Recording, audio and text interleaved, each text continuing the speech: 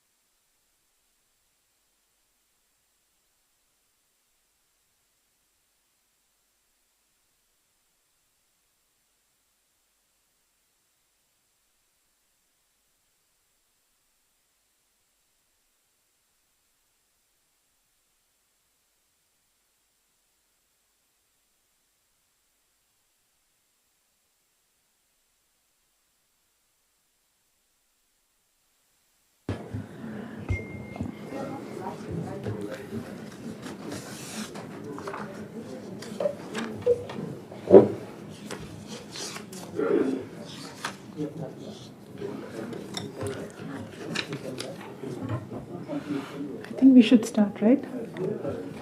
It's time. I think it's time. Yeah. Good morning, everyone.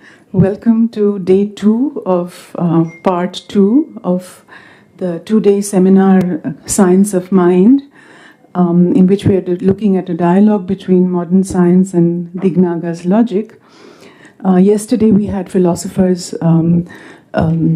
from, generally sort of the discipline of philosophy, as well as people trained in Buddhist philosophy, addressing this topic. Today we have with us a very fascinating panel of scientists, theoretical scientists, as well as people who engage with practical sort of applications. So we will kick off tonight, this morning's presentations with Professor K. Sridhar's keynote, shall we call it. The topic of his talk is materialism, atomism, and the challenges for physics. Professor K. Sridhar is a difficult person to pin down and confine narrowly in disciplinary boundaries. But he is a professor of physics at Azim Premji University. His research is in the area of theoretical high-energy physics.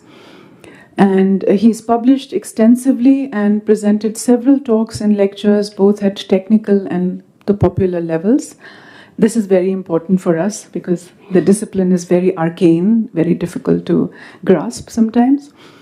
He received his PhD from the University of Mumbai and did postdoctoral work at the University of London, PRL, Ahmedabad, and CERN, Geneva, before joining the Tata Institute of Fundamental Research in 1995.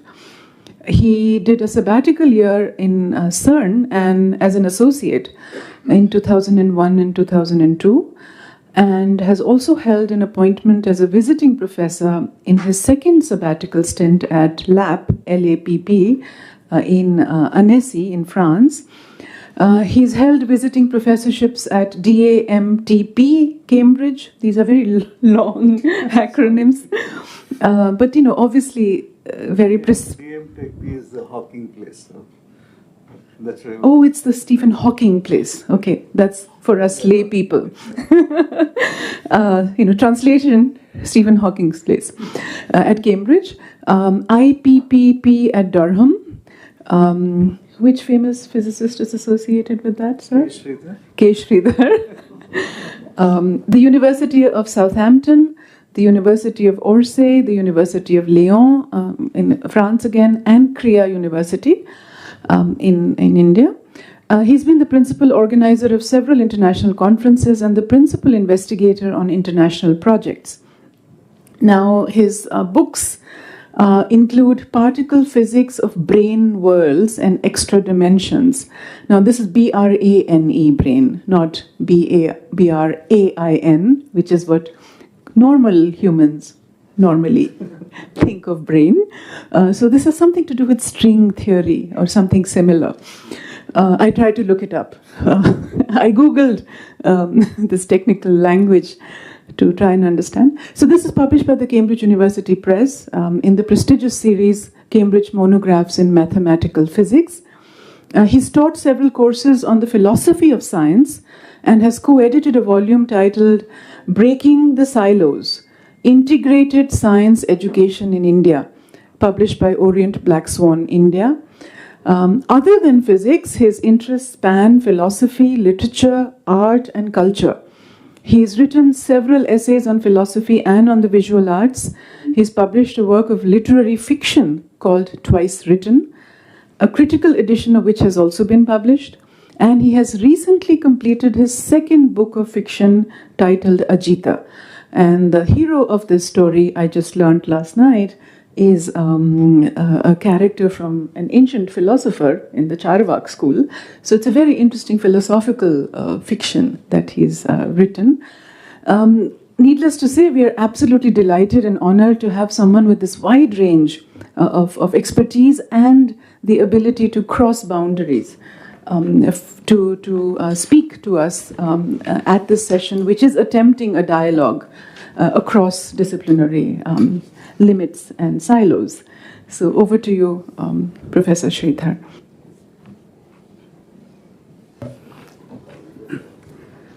Thank you, Maya. Can everyone hear me? Yeah. Okay. Okay, so let me first of all thank the Rinpoche for this very kind invitation to be part of this meeting. And I think it is very critical in the times that we live in to have dialogues across disciplines, because we have spent, I think, with the advent of what we understand as modernity, we have spent a lot of time making disciplines, cementing them. And I think it's about time now, after about 250 years of that grand project, to not necessarily give up on disciplines, but to come with the strength of our disciplines into conversations across. And the challenges that we as a civilization now face, I mean, you don't need any more example than the last 2 years of COVID for that, actually make it imperative that we conduct these kind of cross-disciplinary dialogues, because otherwise we are going to be left with absolutely no way to cope with the new challenges of disease, of climate change, of even understanding our place in this world, and therefore developing a sense of respect for the world that we live in. And if we don't temper the arrogance of, science, development, progress with the largesse of philosophy and the humanities, I think we are going to be in a mess. We are already probably in a mess, but we should make our efforts to build and sustain these bridges. Okay. All right. That said, I'm going to actually talk for the rest of the time that I have about physics. Really, I'm going to actually touch upon the kind of topic that we are discussing, maybe more towards the end of my talk, rather than talk about it all through, because I want to first give an idea of the worldview of physics itself before we really try to understand where we stand in relation to the questions of the brain, mind, consciousness, self-awareness, and all that. Okay. So let me start off by saying, for all the changes that have been wrought in physics over the last 100 years, and you are all definitely familiar with, at least have a nodding acquaintance with what happened in physics with Einstein and relativity and with quantum mechanics and so on. It really was a sea change in the way physics looked at the world. In spite of all that, I think it is a good opening sentence to say that physics is materialistic in its conception of the world. Okay. By materialistic, I mean that physics holds that at the elementary level, it is all matter. It's matter that determines everything. And if you go down to the really elementary, the realm of high energy physics or particle physics that I was talking about, or even deeper, it is still all matter. And that is actually a very, very important thing to bear in mind. Okay, so let me qualify all that a little more. I will say eventually that it is a certain kind of qualified form of materialism. It's a materialism which is very unique to physics. And okay, by the way, whatever I'm saying about is largely about physics, but some of these things also apply generally to all the natural sciences. And because physics has been actually, in a way, the phenotype on which the other sciences model themselves, right? Okay, so it is a empirical science also, which means that like the other natural sciences and some of the social sciences, a lot of attention is paid to the observed phenomenon. Okay, so physics roots itself in the world of observation. Okay. Again, there is a lot of misconception about this because people think that because it is an empirical science, that there is no place for theoretical conceptions in physics. And it is said that theoretical mathematical ideas are, subordinate to empirical concepts in physics, which is kind of true. Eventually, you go and look at an experimental result and decide on the basis of the experimental result whether your theoretical ideas are true or not. You subject it eventually to that. But while science makes a song and dance about this, this is true of almost everything. I mean, if we have an idea, we go and check it out. If it doesn't bear out, we give up on the idea. I mean, if I look at something and I think it's a snake in the garden, and I react to it as though it's a snake in the garden, and I look at it and a close examination turns out to be a rope, then I give up the idea that it's a snake. I mean, this is also a certain reasonableness and a practicalness of human endeavors. So, but in some sense, it gets formalized in science as a method, and it's this empirical method. But I'll give you some instances where actually science moves away from completely just adhering to empiricism. That's also an interesting thing. And it might be actually a good idea to bear in mind that when we look at science from the point of view of philosophy and attach labels like materialism and empiricism to it, we must remember that science is something which is in the making. Things are happening. New experimental ideas, new theoretical endeavors actually chart out new territories. And it is constantly changing. It is almost like the Heraclitean river. You never step into the same river. You're never doing the same science. 50 years from now, science will have completely different ideas, different results, different concerns. But along with that, worldviews also change, and that will also happen. So what we say now about science, when we attach labels like it's materialist or it is empiricist, it may at a later stage change to something else. What I'm talking about is what it has been largely for these years that we have encountered science. The third thing about physics, and this is something that is not often talked about, and I think that's one very, very important part of it, is that it is atomistic. And that there is a basic understanding in physics that in order to understand physical systems, you need to go to its subatomic level and understand matter in terms of its constituents. And understanding it in terms of its constituents will give you an understanding of the system. This is atomism, and I'm going to talk a lot about it today.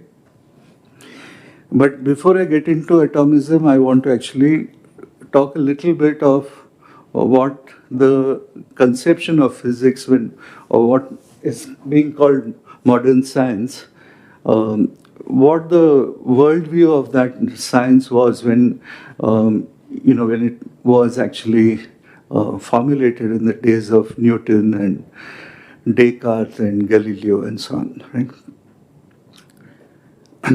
So the worldview of Newton, I call it the worldview of Newton, it's all of these people there, but that worldview was a very, very important worldview. It was important because it actually allowed us to cull out and bring forth a new way of understanding the world. It coincided with the peak of European colonialism. It was a moment which was just after the European Renaissance. There were completely new ideas. And as is evidenced by historical research now, not all of these ideas were completely novel, and it is now proved that many of the ideas that these people at that time dealt with had already been in currency in other cultures, other civilizations before them. But it was a coming together, and that was very important. All these different ideas were brought together, new ideas were poured into it, and this very, very rigorous approach of trying to understand the world without any intellectual compromise. That was actually the way of the new science or the modern science, and that is the Newtonian science. In the worldview of Newtonian science, physics appeared rather simple, and it was a materialistic consumption, as I said, so it was a theory of matter. A lot of emphasis, because of empiricism, was placed on observation, but there was a very, very clear separation between the observed world and the observer. This is extremely important to know, that in the Newtonian conception, that world that is being observed is very different from, is very removed from the observer. This is also part of making the truths of science independent of the subject, which means make it an objective, a collection of objective truths. This runs very, very deep in our whole thinking post-Newton, not just in physics, but in everything. So much so that when we now think of, let's say, allopathic medicine or modern medicine, we think of it also in those terms. Okay? And I'm not sure whether the separation between observer that you can make in physics, or classical physics at least, is possible in many other areas, but it is made, and it is there at the root of all our thinking. So a truth of medicine for us is an objective truth out there. Okay, so much so that you can be talking to an oncologist and he's advising you to give up smoking because smoking causes cancer, and he's telling you this even as he's puffing on a cigarette, right? And this is possible because we have objectified that truth so much. That truth that smoking causes cancer is independent of that subject, which is that doctor. So, whereas, on the other hand, when one Baba claims something, and then we find him doing something completely different, if he says, no, you have to go beyond material pleasures, and we find that Baba, in fact, actually making money on the side, we lose all respect, not just for the Baba, but for everything else that he says. We don't say, oh, he's making money on the side, but maybe this Baba has a lot of other things to say which are valuable. And that is because we assume, especially in most of, the philosophical domain, but especially in the domain of Indian philosophy, we assume that the truth is not important if that truth is not relevant to the subject. So there's a very, very important divergence, I think, between the classical Newtonian system and this other world that we, as people in the Indian subcontinent, inhabit, independent of our religious or cultural upbringing. This is very deep-rooted in our minds to think that that truth should also be part of us, and if we fail that truth is invalid.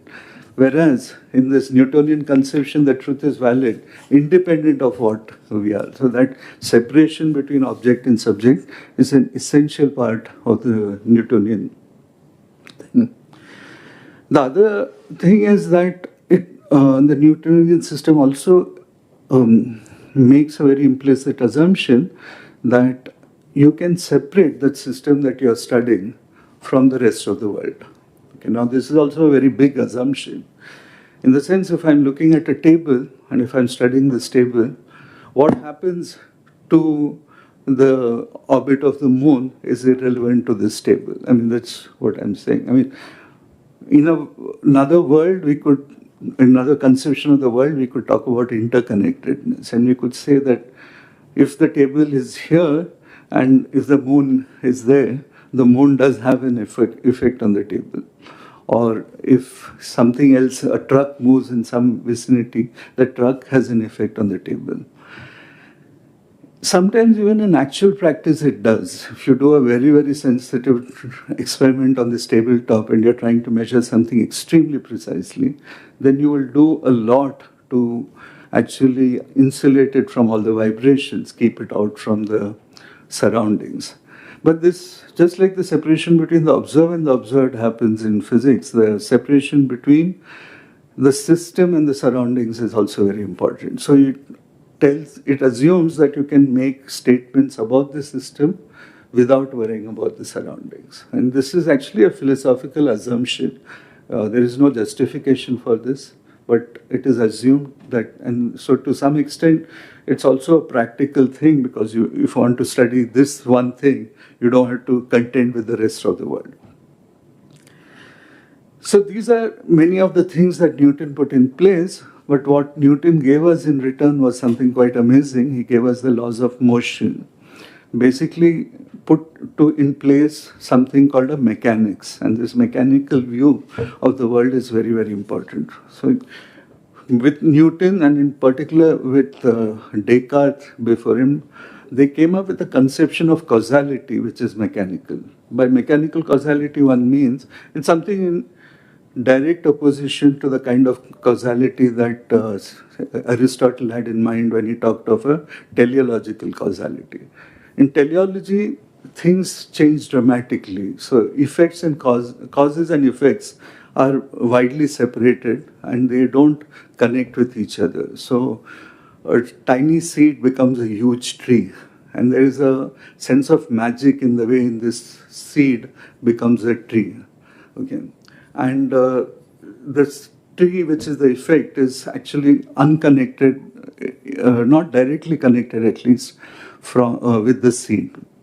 So in between there is some kind of a jerky transition that happens where the seed becomes a tree. This is Aristotle's, roughly speaking, his conception of causality.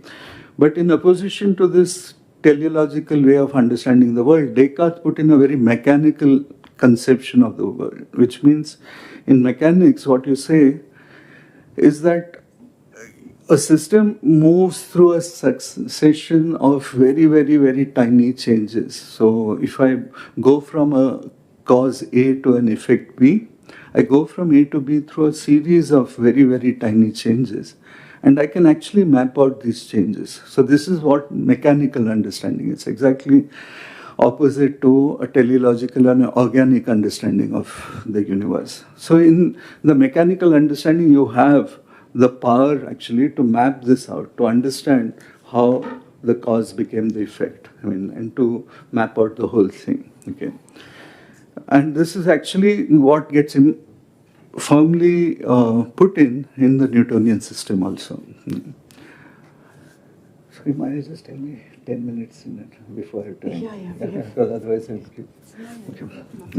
Yeah. All right. So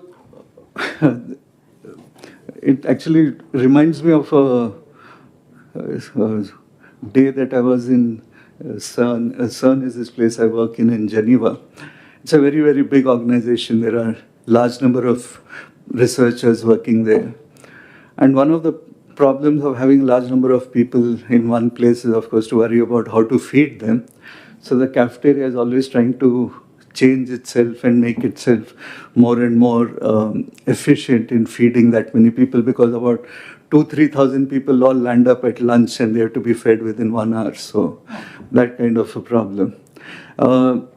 I remember once they had changed so earlier it used to be we used to all stand in line and those lines were getting longer and longer and used to take long. So instead what they did was they moved these different counters out and separated these counters out, and so that people could go to any counter they wanted. Of course, when they just put that in place, there was a lot of confusion, and I remember standing behind a German physicist in the queue. And then we realized there is no queue because everyone was heading towards whichever counter they want. And he said something at that moment which was actually beautiful. He got very upset that there was no one was following any discipline. And in a very Germanic way, he said, "This is very organic." And so, so the mechanical is something that is so we are used to, because it takes us through very gentle small steps. It gives us control, it gives us discipline, it gives us order. And this is what we don't have in our country, and we should thank the Lord for that, because we are like that only, right? So anyway, sorry for that digression. But let me very quickly now talk about a transition that happened in physics very soon after Newton, about 100 years after Newton. As I said, this was the period when Europe was spreading its ambitions of establishing colonies all over the world. It was also the moment it had discovered science and technology. It had, in England in particular, they had discovered the power of steam, and the power of steam was now actually going to other parts of Europe. So in England and France, in the century that followed Newton, on the one hand, Immanuel Kant was talking about enlightenment. On the other hand, people were working on steam engines. And most of the best minds in Europe at that time were looking at very practical applications of the steam engine for peace and war, of course. And so a lot of people were engaged with that. But of course, of these, there were people who were more theoretically and mathematically inclined. And they wanted to make a science out of it, not keep just making engines like engineers would do, but ask very fundamental and foundational questions about these engines, and talk about ideal engines and ask how would ideal engines work and so on. In short, they wanted to make this a science. They wanted to make this whole study of engines a science. And in those days, making something a science meant making it conform to the language of Newton. Okay. Here, these engineers were actually doing things like measuring temperature of, so they had a gas in a cylinder, they would measure the temperature of the cylinder, or they would ask how much pressure the gas is exerting on the walls of the cylinder. So they were talking of things like temperature and pressure. And they were embarrassed about doing that, because they wanted to say we should do a translation of all this to Newtonian terms. Because Newton talked about things like force and energy, and once you do that, then you have all the power of mechanics, you have all the predictive power that Newton had unleashed, and therefore they wanted to move from this language of temperature, pressure, and so on, what in physics is called macroscopic, to a description of forces and energy and so on. And they did that, in fact, and it was a big moment in physics. And they did that by saying that this gas, okay, I'm giving you a very coarse grained account, I'm not doing a detailed account, but what they did was to say that this gas is made up of very, very, very tiny invisible particles. And these particles are all whizzing about in the gas inside the cylinder. So when I actually dip a thermometer and measure the temperature of this gas, this tiny particles are hitting the thermometer several million times over in that half a minute that I insert the thermometer. And in those several collisions, million collisions, they keep transferring energy to this thermometer, and that average energy that we measure, in some sense an average, is actually the temperature of the gas. Similarly, pressure is the force that these particles exert on the cylinder of the gas. So they manage this translation of terms like pressure and temperature and so on to Newtonian terms like force and energy and so on.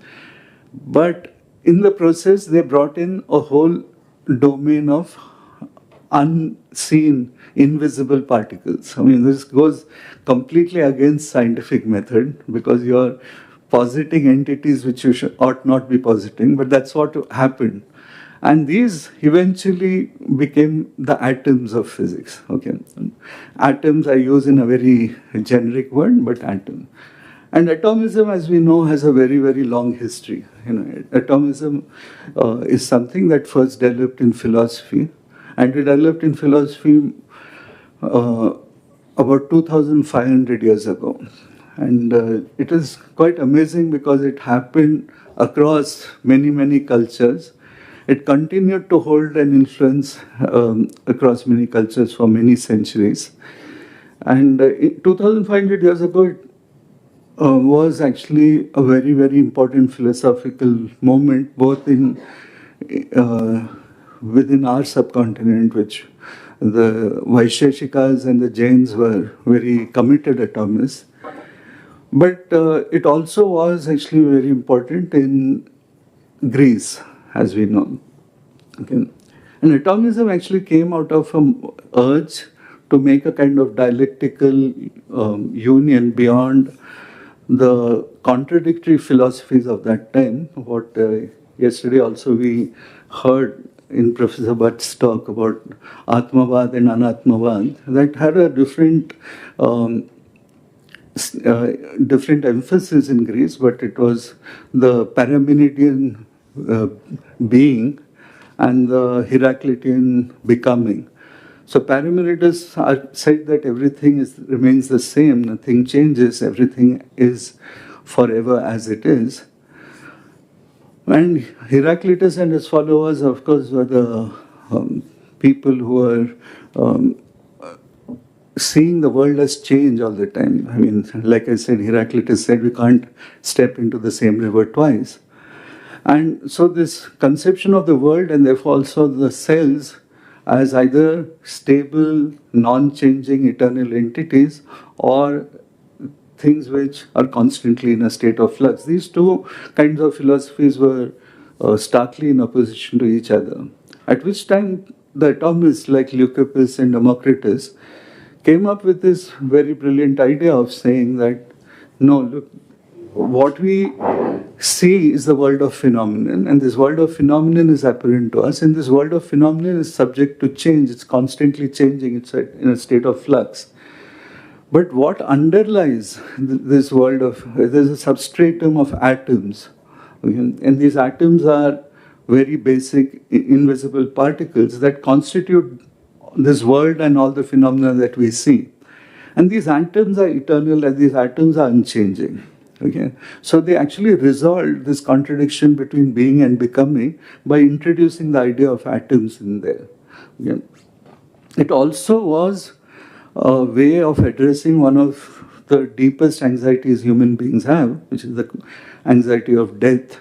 And the atomists resolved this question by saying that there is no death, because in death there's simply a dissolution of a very composite organism into its basic atoms. And these atoms can again come together and form another organism. So the idea of a substratum being eternal and that granting you immortality in some way was also a very important component of this atomistic theories. And these theories held sway for years and years. The questions were right away becoming very important. So the important questions were things like, things are brown in color or green in color. So are atoms brown and green? That is a question. Okay. Water is made up of atoms. Water is wet. So would you have also wet atoms? Okay. There are living beings and non-living things in the world. So do you have different kinds of atoms for living things and different kinds of atoms for non-living things? The Jains, for example, had some kind of psychological, emotional things related to atoms. And for the Jains, there were also atoms of karma. Okay, karma was actually atomistic in the Jain, at least in some Jain conceptions.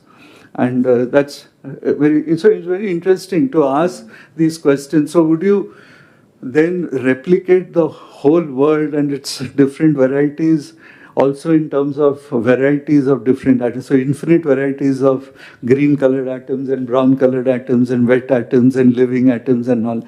Would it be that, or how do we make this world? So the composition of the world in terms of atoms was a very big question, and a lot of them tried to answer these, not very successfully maybe, but they had some interesting suggestions. my heroes, the Charvakas, had one very, very important suggestion. The Charvakas were unique in the sense that they were so rigorously materialistic. They believed that everything at the elemental level was matter, very much in accord with modern science.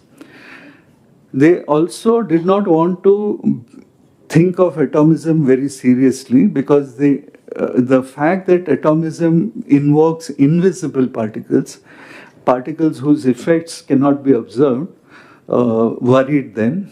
But in a way, they subscribed to atomism in an indirect way because they were so rigorously materialistic.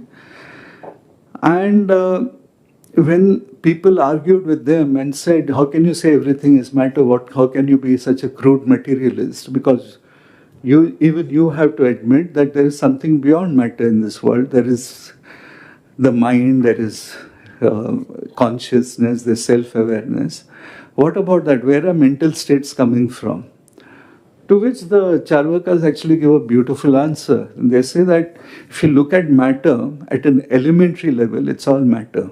Yeah. But when you take composites of matter, then these properties like consciousness, even life itself, emerges, comes as an emergent phenomenon. I'll come back later to the talk about emergent phenomenon and how that is actually guiding a lot of physics research in the science of mind these days. But I just want to say that it has been acknowledged now very widely in philosophical circles worldwide that the Charvakas were probably the first rigorous materialists in this world. I also want to go a little one step further and claim that the Charvakas were the first people to talk about emergence as a phenomenon. And it may be a somewhat overstated claim, but this is my way of understanding it. But as I said, so this background of atomism, which already existed in philosophy and which moved through the ages, it showed up in Baghdad many centuries later. So the Asharites of Baghdad were atomists. So atomism never really went away. And then when it was resurrected in 18th century physics, it became completely, in fact, the paradigm of physics in a way. Physics and chemistry. Because in chemistry, again, they found evidence for atoms, and then this whole idea of the way atoms had come into physics could actually be united with chemistry. That whole thing is a rather, it's a very interesting and somewhat technical subject. Went on for about 100 years till things fell in place. And simply by understanding the symmetries and the regularities of phenomena in chemistry and physics, people could then arrive at a very, very settled idea of an atom. And that idea of an atom came to us sometime probably in the early 20th century. The moment it came in, there were immediate problems with it because we all know, we all studied at some point or the other that the atom is made up of protons, electrons, and neutrons. And there's protons and neutrons at the center and electrons orbiting around it. And that different, what is not emphasized to us when we study this in school, probably not enough, is that the differences in different elements, different elements in chemistry, that why hydrogen is different from helium and why helium is different from sodium and why sodium is different from carbon, is all boils down to simply the number of electrons inside the atom. Okay, so if you have one electron inside the atom, in one atom it's hydrogen. If you have 12 electrons, then it is carbon, and if you have 16, it is oxygen. So the whole state of that thing, I mean, oxygen is gaseous in normal temperatures, whereas carbon is a solid, and so on. So properties of things change simply because of the numbers of electrons inside the atom, which is actually a mind-boggling thing, because after Pythagoras, I don't think we have ever seen numbers dictate the physical properties of the universe so dramatically. The problem, however, was to understand the motion of these electrons inside the atom. People tried to push, because Newton's mechanics, Newton's understanding of motion was the God-given thing, so people tried to understand it in terms of Newtonian mechanics, and that turned out to be completely at variance with the atomic world. So here we were positing first to begin with unseen world of atoms, and then when that world of atoms became more and more real, we could actually not see it, but you could see its effects. Through its effects, it could be understood. This world of atoms, in trying to make it more stable and more understandable, we realized that the motion inside the atom just could not be understood in terms of the laws of motion that Newton had given us. And in response to that, a new kind of mechanics came up, like Newton's mechanics. And Newton's mechanics was replaced by a new kind of mechanics, which was called quantum mechanics. And of course, quantum mechanics, one could talk for a whole day about it. It's a vast ocean. But importantly, what happens, the movement from Newtonian to quantum mechanics, this separation that we were talking about in the Newtonian system between the subject and the observed world, that separation gets broken down. Okay, that is a very, very important distinction. Another distinction is, and this is actually important to grasp, that you now get you still are subscribing to a materialist world because these atoms are still matter. But it's a very qualified kind of materialism, because the states of the atom are not fixed beforehand.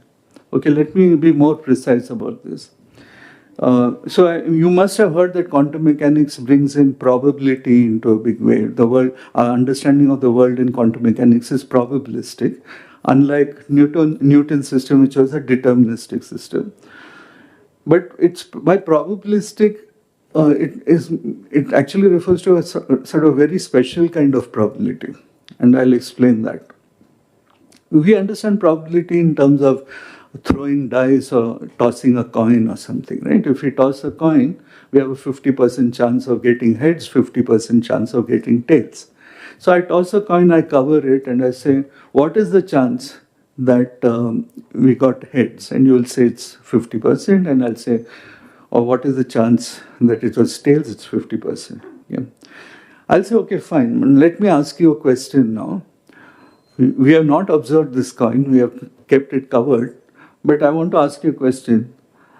Please tell me whether this statement is true or false, that the coin is either showing heads or it is showing tails. Is this statement true or false? And you're bound to say this is true. I mean, the coin has two sides, heads and tails, and it can show either heads or tails. In quantum mechanics, this is not true. Okay, this is the difference. In quantum mechanics, this coin, when I have covered it, is actually in a state which is called a superposition. So it is both heads and tails. It has some probability of being heads and some probability of being tails, and those two probabilities add up to being one. But it is only on pulling the cover off and looking at the coin that I push this coin to be either in the state heads or in the state tails. It's my act of observation of the coin that makes this. So in some sense, there is not a given, stable, existing objective world outside, independent of the way I observe it. Having said this, I should quickly add a disclaimer here saying that this is one way of looking at quantum mechanics and the most accepted way, and it is called the Copenhagen interpretation of quantum mechanics. It makes a lot of very hardcore materialist deterministic types very uncomfortable. They think it's somehow bringing in something spooky. So there has been an attempt for the last 100 years, starting all the way down from Einstein. Einstein was one, for example, who didn't believe in quantum mechanics, and a lot of others follow him. And they have tried to actually give new ways of understanding quantum mechanics, where you keep all the mathematics intact, but you give a completely different philosophical interpretation, so that it goes back and corresponds to a world which is much more to our own liking, which is much more in line with the Newtonian way of understanding the world. The final verdict on this is not out, but it looks like all these attempts so far have not succeeded. And what we are still left is this Copenhagen interpretation, which was given by people like Niels Bohr and so on. And to this extent, we have to accept that this idea of probabilities is very, very deeply at the core of quantum mechanics. So what we are saying is that when we say there is a world outside, in the Newtonian case, that world was very much there outside with probability 1. Now it is actually a flux that is there outside. And it is the observer's act of observing the system that puts that flux into one state or another. So this is a huge shift. I mean, there have been, you must have all heard of the famous cat paradox of Schrödinger, and where Schrödinger actually says that if you take a quantum system, if you take a quantum coin and you got heads or tails, and you somehow transfer that to a macroscopic system like a cat, then you would end up with a very absurd situation where you can say that the cat is, before I observe the cat is not either dead or alive, but it is in a state which is where it is both dead and alive. There is an even further disturbing implication of this. Thing becomes, when I say observation of the system, whose observation is it? And in the quantum mechanical understanding of the world, the observation is something which has to be registered in my consciousness. So suppose we do the same experiment of tossing the coin and covering it. Okay, but I ask Maya to check whether it's heads or tails. And then I call up Maya and said, Maya, was it heads or tails? If Maya gives me the answer, then it is also registered in my consciousness. And the wave function, as they call it, has collapsed and it has become either heads or tails. The flux has collapsed and it is giving me now a definite answer. But Maya is a human being the way I am, and since I called her up, I can also ask her, before I asked you this question, what did you think? Okay, and she will definitely have an answer saying, yeah, I thought it was heads, I saw it was heads or tails. Because she is also endowed with the same human consciousness that I have. But in this quantum mechanical interpretation, it's a bit uneasy because as far as I'm concerned, I have to include you in this state of flux. Okay, and not grant you that consciousness. So in some sense, you get pushed to a very, very solipsistic position in quantum mechanics, where your consciousness is the only consciousness and there are no other conscient observers in the universe. This is a problem, a philosophical problem for which there has been no adequate answer. It is something that hangs very much, as a black cloud over the domain of quantum mechanics. So,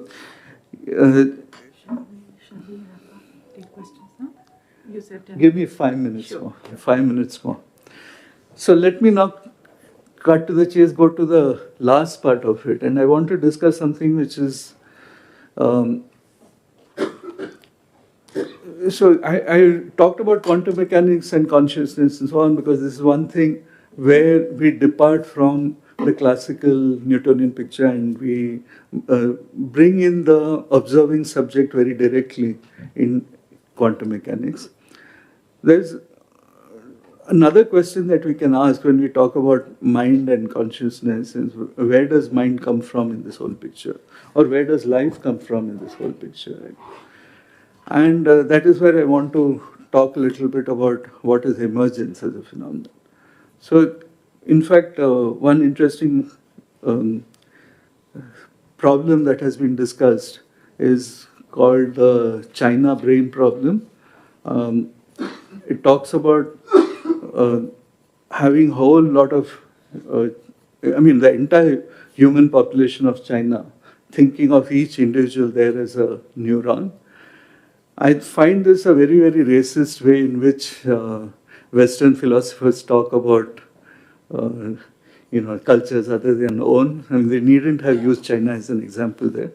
So I will talk about the same example, but in terms of chips, computer chips, or integrated circuits. So imagine if you have a very, very, very vast array, a billion such chips all, put up together, and these chips are individually functioning like neurons in the brain, and they're also connecting with each other through, in the brains, these axons and dendrites actually communicate across different neurons.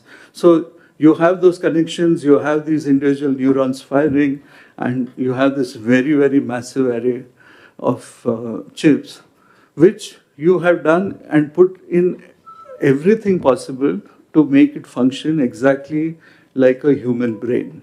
Okay? Now the question is, this is a brain, but is it a mind? Is this thing now got something called will? Does it have volition? Does it say, oh, I want to have a Coca-Cola at this very moment? Does it say, I'm aware of a certain state of myself? Does it display self-awareness? And this, actually, I would just like to state it like an open thing, because ultimately, even in physics today, there are very tentative approaches. There are nowhere near anything like a final answer here. But it is divided between two camps, and one camp certainly believes. I think some of it probably Prathamesh is going to take up in a very different, from a very different point of view in his lecture. But just to give you the difference, the computer scientist approach will be more about the function of such a brain, and the physicist concern will be more about the structure of such a brain. So the idea is that there is something called emergence, that if you take some atoms, these atoms are just bits of matter. They are inorganic, they are without life, they are without any other attributes. They don't even have things like color. Atoms of water are not wet. Okay? But it is somehow in the magic of putting these atoms together, these phenomena emerge. So you talk about emergent phenomena in complex systems. So if you have a few atoms and put them together, you won't quite work this magic out. But when you increase the number of atoms and make it a very large complex system, then that complex system shows this property of emergent phenomenon. That is, there are phenomena which show up, which are never part of the constituents. So this is something that, as I said, was already hinted at by the Charvakas long, long time ago. And this seems to be the direction in which at least the research into mind and consciousness and even life. So life, you have the same question, right? I mean, you have atoms, you put them together to form molecules, and certain kind of molecules are protein molecules, and you have these large linkages of protein molecules which give you DNA. And somewhere around there, you get life, you get the first living cell. Okay.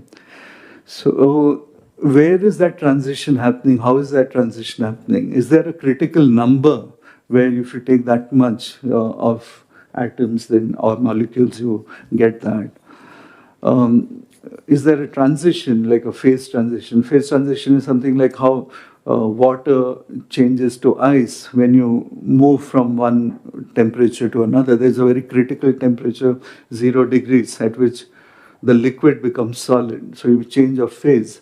So is there something like that? Is there a parameter which you can fine tune, that you can actually show that this was inert non-living matter, but if you take so many of them and vary a parameter, then it suddenly shows signs of life or signs of consciousness. I think I'll stop here. I probably rambled on a bit. So thanks for staying with me. No, I think you had us all completely riveted, because the questions you're dealing with are the fundamental questions. What is life? What is consciousness? What is the principle of animation? I happen to also teach Frankenstein, which is a text at the heart of this, and in fact one of the debates we look at is the early 19th century discussions on the animating principle. And they're still with us in new ways with AI and with questions of sentience, of will AI be self-aware. These are very real questions, sometimes thought of in dystopic terms by contemporary thinkers. Will artificial intelligence take over? Can we, how much do you really play with this thing called nature? I'm also very amused by this. We are so worried about AI taking over. We are very happy about other human beings taking over our lives. They made a mess of our lives and we are quite happy with it. Which is exactly, worry about whether AI will take over. Which is exactly what Frankenstein teaches us, that the creature is actually... AIs are probably going to be politically more desirable than some of the people who have taken over our lives. Exactly. So 18-year-old Mary Shelley knew that. She made her so-called monster much more politically aware, much more sane and humane than the person who made him.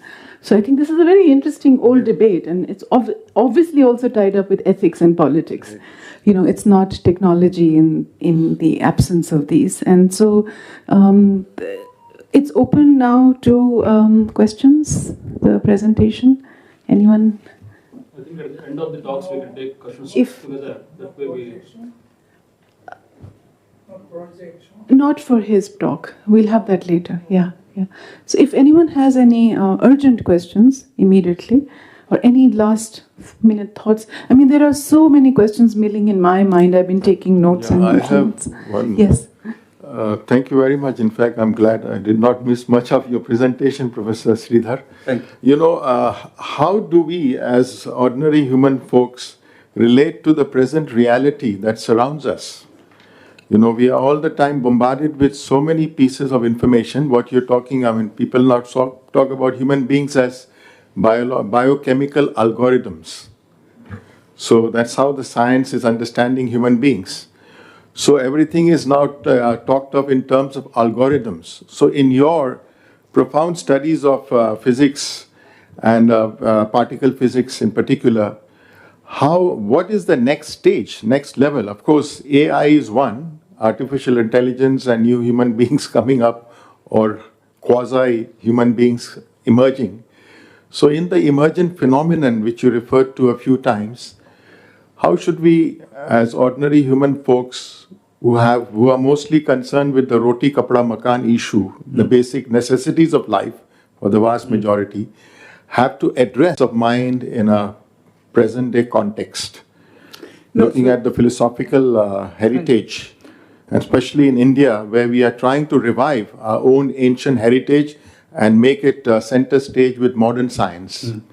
No, thanks. Thank Actually, you. I'll answer this from a very narrow point of view, from my own physics domain. And I think one thing is, like you said, of course, we are worried about our immediate needs and so on. But I think it's also a paradox of human beings, and that's probably what makes us so human, that if we have those basic necessities given, and sometimes even when we don't have it in abundance, we are still concerned about bigger questions about life and death and love and hate and all these things. And we always seek an answer to that as much as we seek. So that said, these questions are important to us. It's not. I don't subscribe to this thing that, why should we indulge in this kind of intellectual exercise when so many people are without food and so on. So I think it's not. I think even the person who has the bare minimum is bothered by these questions, and it somehow resonates because it has to do finally with what is the purpose, what is the meaning of our existence in this universe. How do we connect to this larger question? I don't think anyone should be saying this is how this direction it's going to take, because one, if that is how we specify it, then there is no research, there is not going to be a new finding or anything like that. All that we expect is as we go along, as we voyage on this ocean of discovery, and as we come upon new lands, we are hoping that the lands that we have already explored earlier and the methods we have used to explore those lands will allow us to explore the new lands in the same way. Sometimes we'll be surprised by even that, because we may come across a new terrain where even our old methods don't work, and then we'll suitably modify methods. But that's the way science progresses. But anyone who says that 50 years from now, 100 years from now, you see these celebrity scientists taking bets and giving each other bottles of champagne, saying this is what it will be and that it won't be. If they want an excuse to drink champagne, that's different, but I don't think anyone should venture and say this is how it is going to be. Because, like it is often said, and it's a bit of a, I mean, it's not something new that I'm saying, but it's not the destination. It's in trying to walk that journey towards the destination that we discover so much about the world and about ourselves. I think Professor Pempa Dorji has his hand up, and then... I just want to ask just very simple questions about you just talked about Charvakas. Yes. And you said they are your hero, right? So actually, Charvakas says that Yavad Jivet Sukham Jivet Rinam Dhritva Gridam Pivet. So what is your opinion on this the kind of concept? And one more thing, you just said that the Babas, you just touched a little bit on the Babas, right? And you said that Babas, they earn money and something like that, right? So what do you think, from the point of scientist's point of view, or whatever personal point, who is to blame? Is the Baba or the Bhakt? Yeah, so I don't need a scientist to opine on that. Everyone will have an opinion on that. To your first question that you were saying, see the Charvakas, I'm actually taking a very sympathetic position towards them. And there are somewhat different accounts of the Charvakas that have been now presented, even in the scholarly discourse. There's a very nice book by Pradeep Gokhale, which was released 2 years ago. So, for example, it is said that the Charvakas looked at only, even yesterday we heard this, that they did not think about inference or anumana as a thing. They were looking only at pratyaksha as a means of pramana. And this is said by people who were debating with the Charvakas, because unfortunately there's nothing that was written or said by the Charvakas that is directly available to us. It's only in terms of their refutation that they are available to us. Right? What Pradeep Gokhale argues, and what I also believe and agree with, is that the Charvakas believe bringing in some kind of a Humean skepticism to this thing. When they emphasize the pratyaksha over the anumana as a praman, what they are trying to say is that you have to pay attention to the pratyaksha, the emphasis in a very empiricist kind of tradition. So the example that Professor Bhatt gave, that all human beings are four-legged animals, Socrates was a human being, so Socrates was a four. You can get into that kind of a deductive syllogism, starting from a premise which is wrong and end up with something which is absurd. But the whole point is that if you pay attention to, so where is your starting premise coming from? That is coming from an inductive generalization. And for that, you have to use observation as a guide. And this is the emphasis the Charvakas make. My whole understanding of the Charvakas was that was a very, very scientific method. And in fact, it was also very urban, because this was the time when the big cities of India were getting developed. So first time there was urban culture in India. And in fact, if you see that all the, what are called the systems, which are called heterodox from the Vedic point of view, those systems emerged at the same time as these big cities emerged. And so these are actually very urban responses, people living in large cities as opposed to people living. And the large city then brings a certain way of life. And so that life of pleasure that they talk about, and it's not, I don't think it's a very simple Epicureanism. It's a deeper philosophy. And at least that's the way I understand it.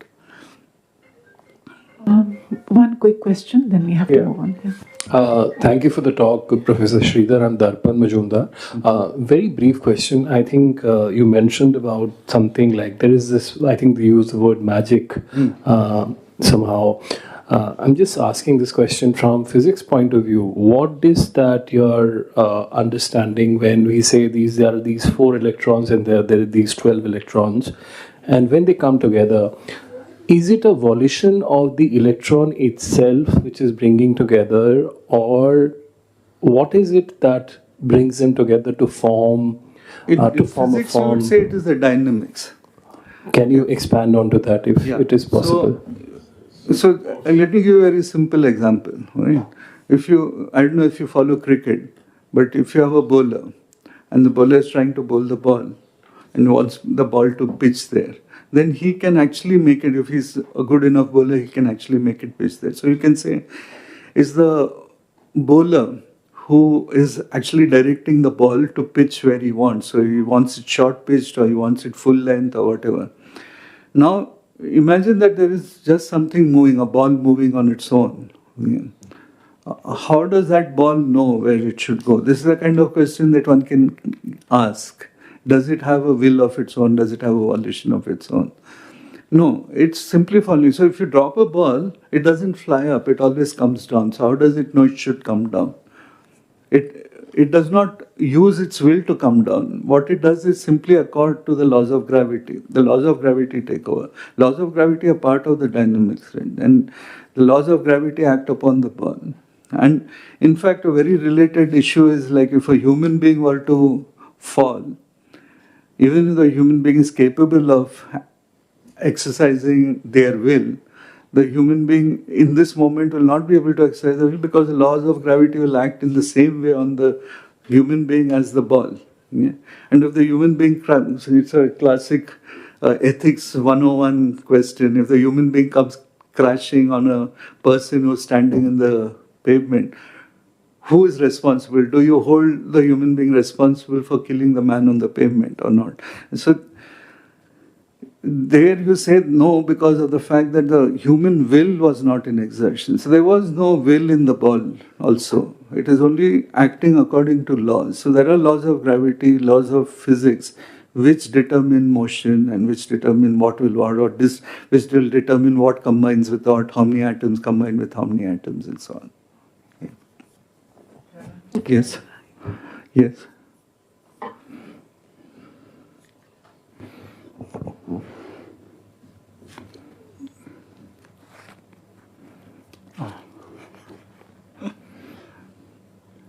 Thank you, Professor, for your lecture. Thank you. I'll give one question, which may be eye-opener. At least for me, you said you are a sympathizer of the Charvakas. Traditionally also, in the literatures, they put Buddhists, Jains, and Charvaks together Yes. and called Chedwak, right? Cheparmao. Nihilistic. Yes. And we also say they don't talk about Anumana. Now, can you give one short sentence how to answer the following question?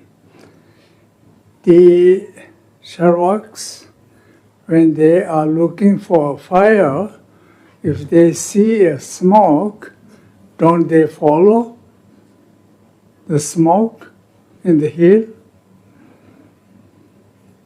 Yes. Did I make myself clear? Yes. Charvaks, they don't believe in Anuman. They believe only in Pratyaksh. So, question here is, if a Charvak is looking for a fire, don't they follow the smoke? Yes.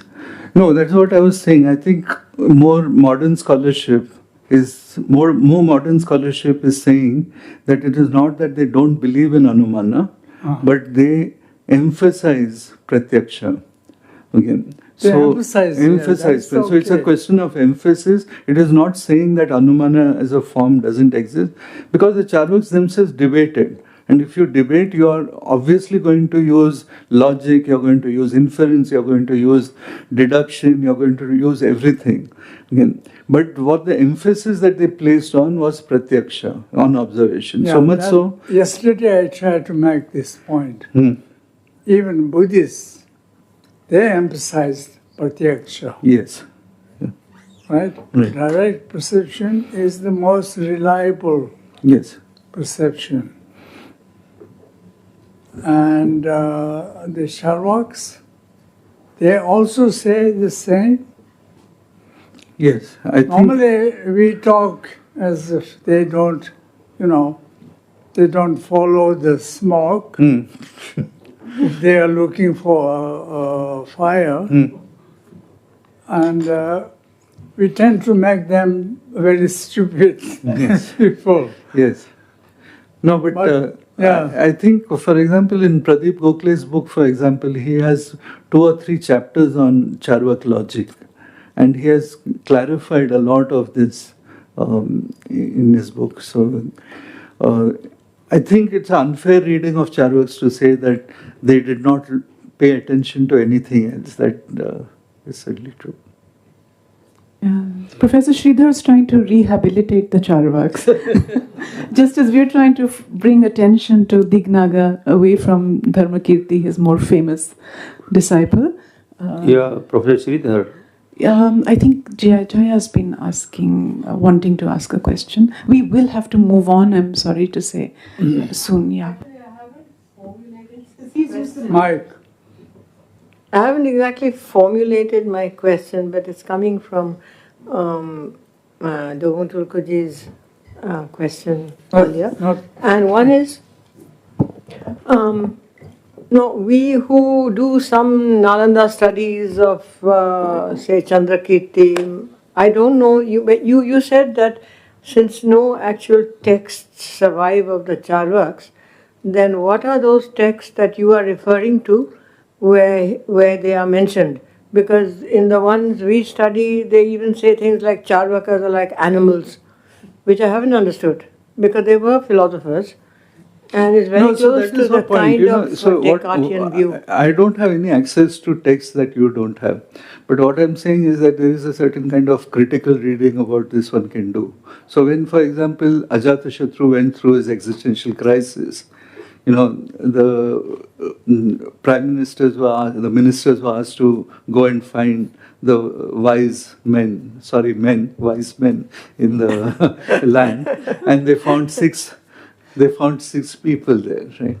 And of these 6, there were people like Ajita Kesh Kamblin, who was a Charvak. Okay.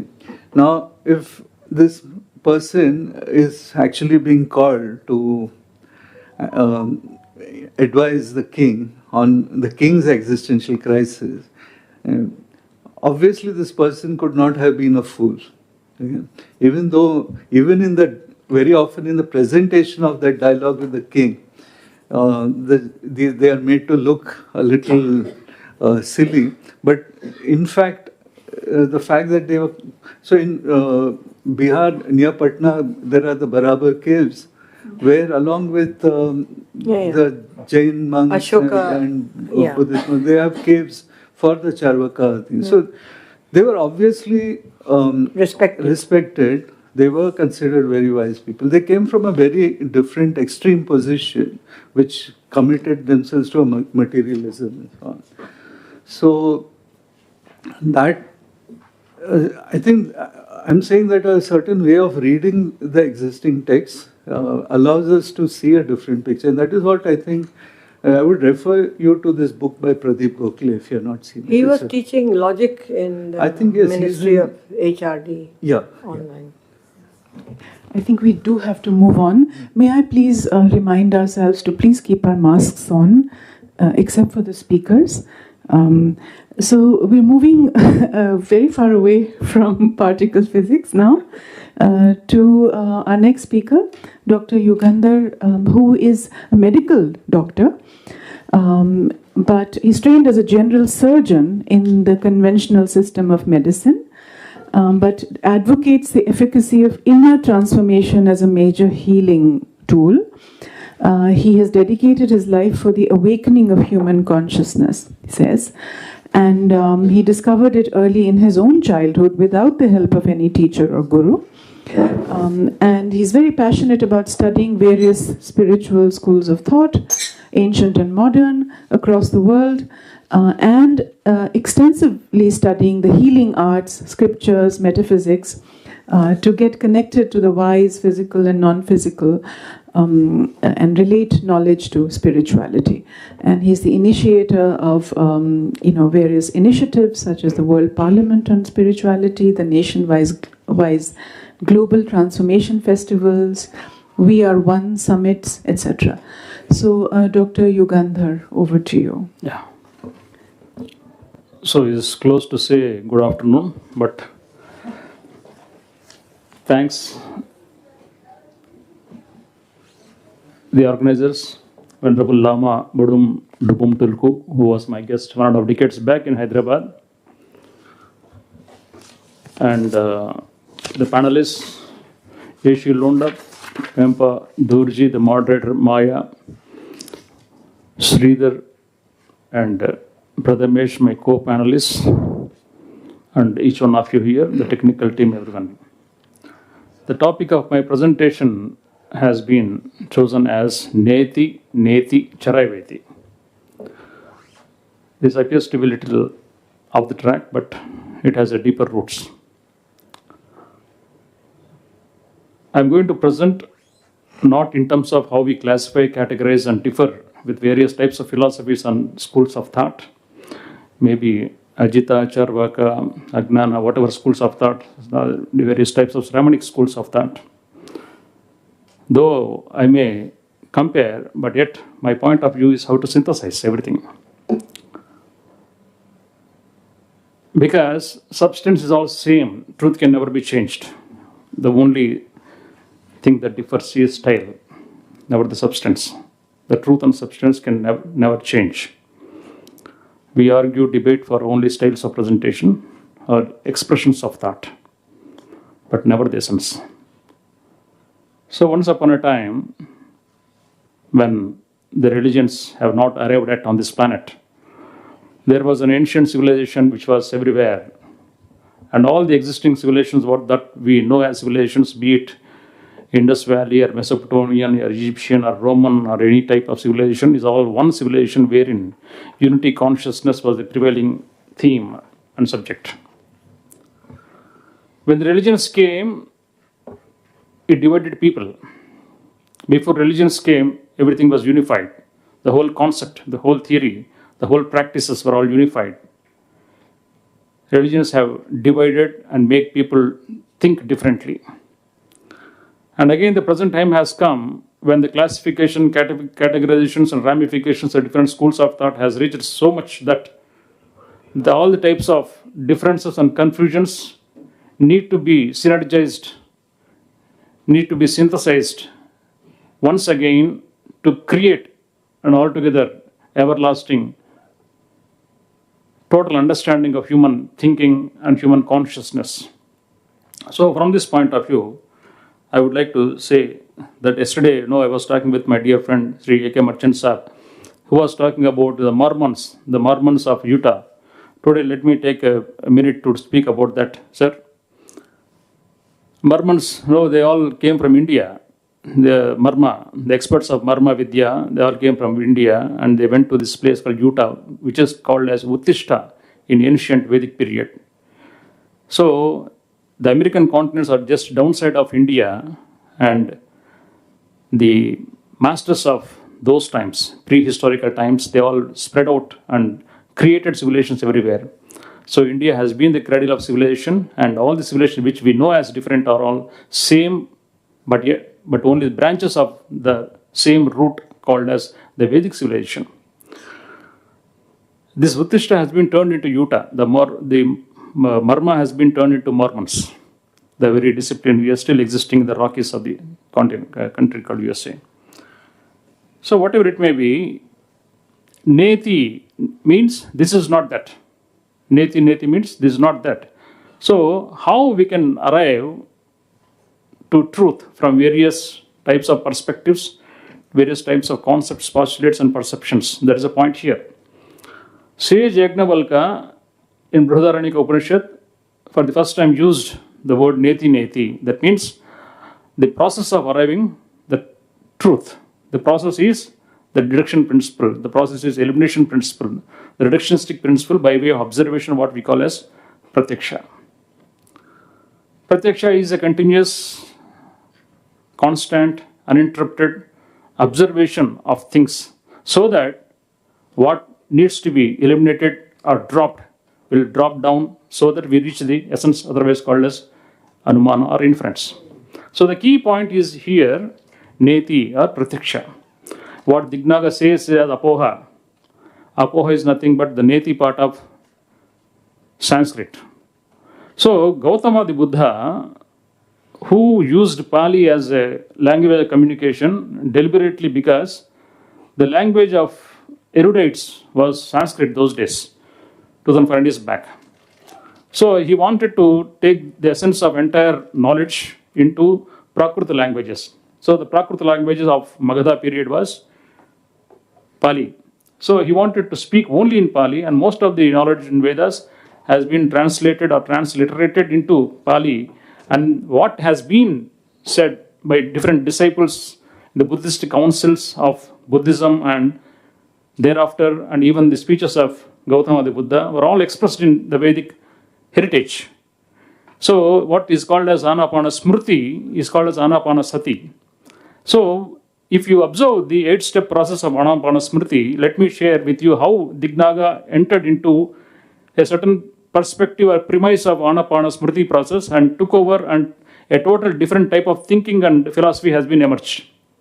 So Anapana Smriti means memory. What is Smriti is Pali Sati, awareness. So they are interchangeable words, which means both awareness and memory. This has got 8-step process, but grossly speaking, it has something called as Anugama, where breath has been observed without any uninterruptedness. Breath is observed as only a breath. Then the breath is observed as energy. The breath energy is called as Upalakshana. When breath energy is constantly observed, it turns into breath consciousness, which is called a Vivarta. So once the psyche turns into or identifies itself into the state of consciousness, it goes into something called as Kushala Mula. Kushala Mula means the root of this chain of thoughts, the root of the patterns and different types of tracks of thoughts.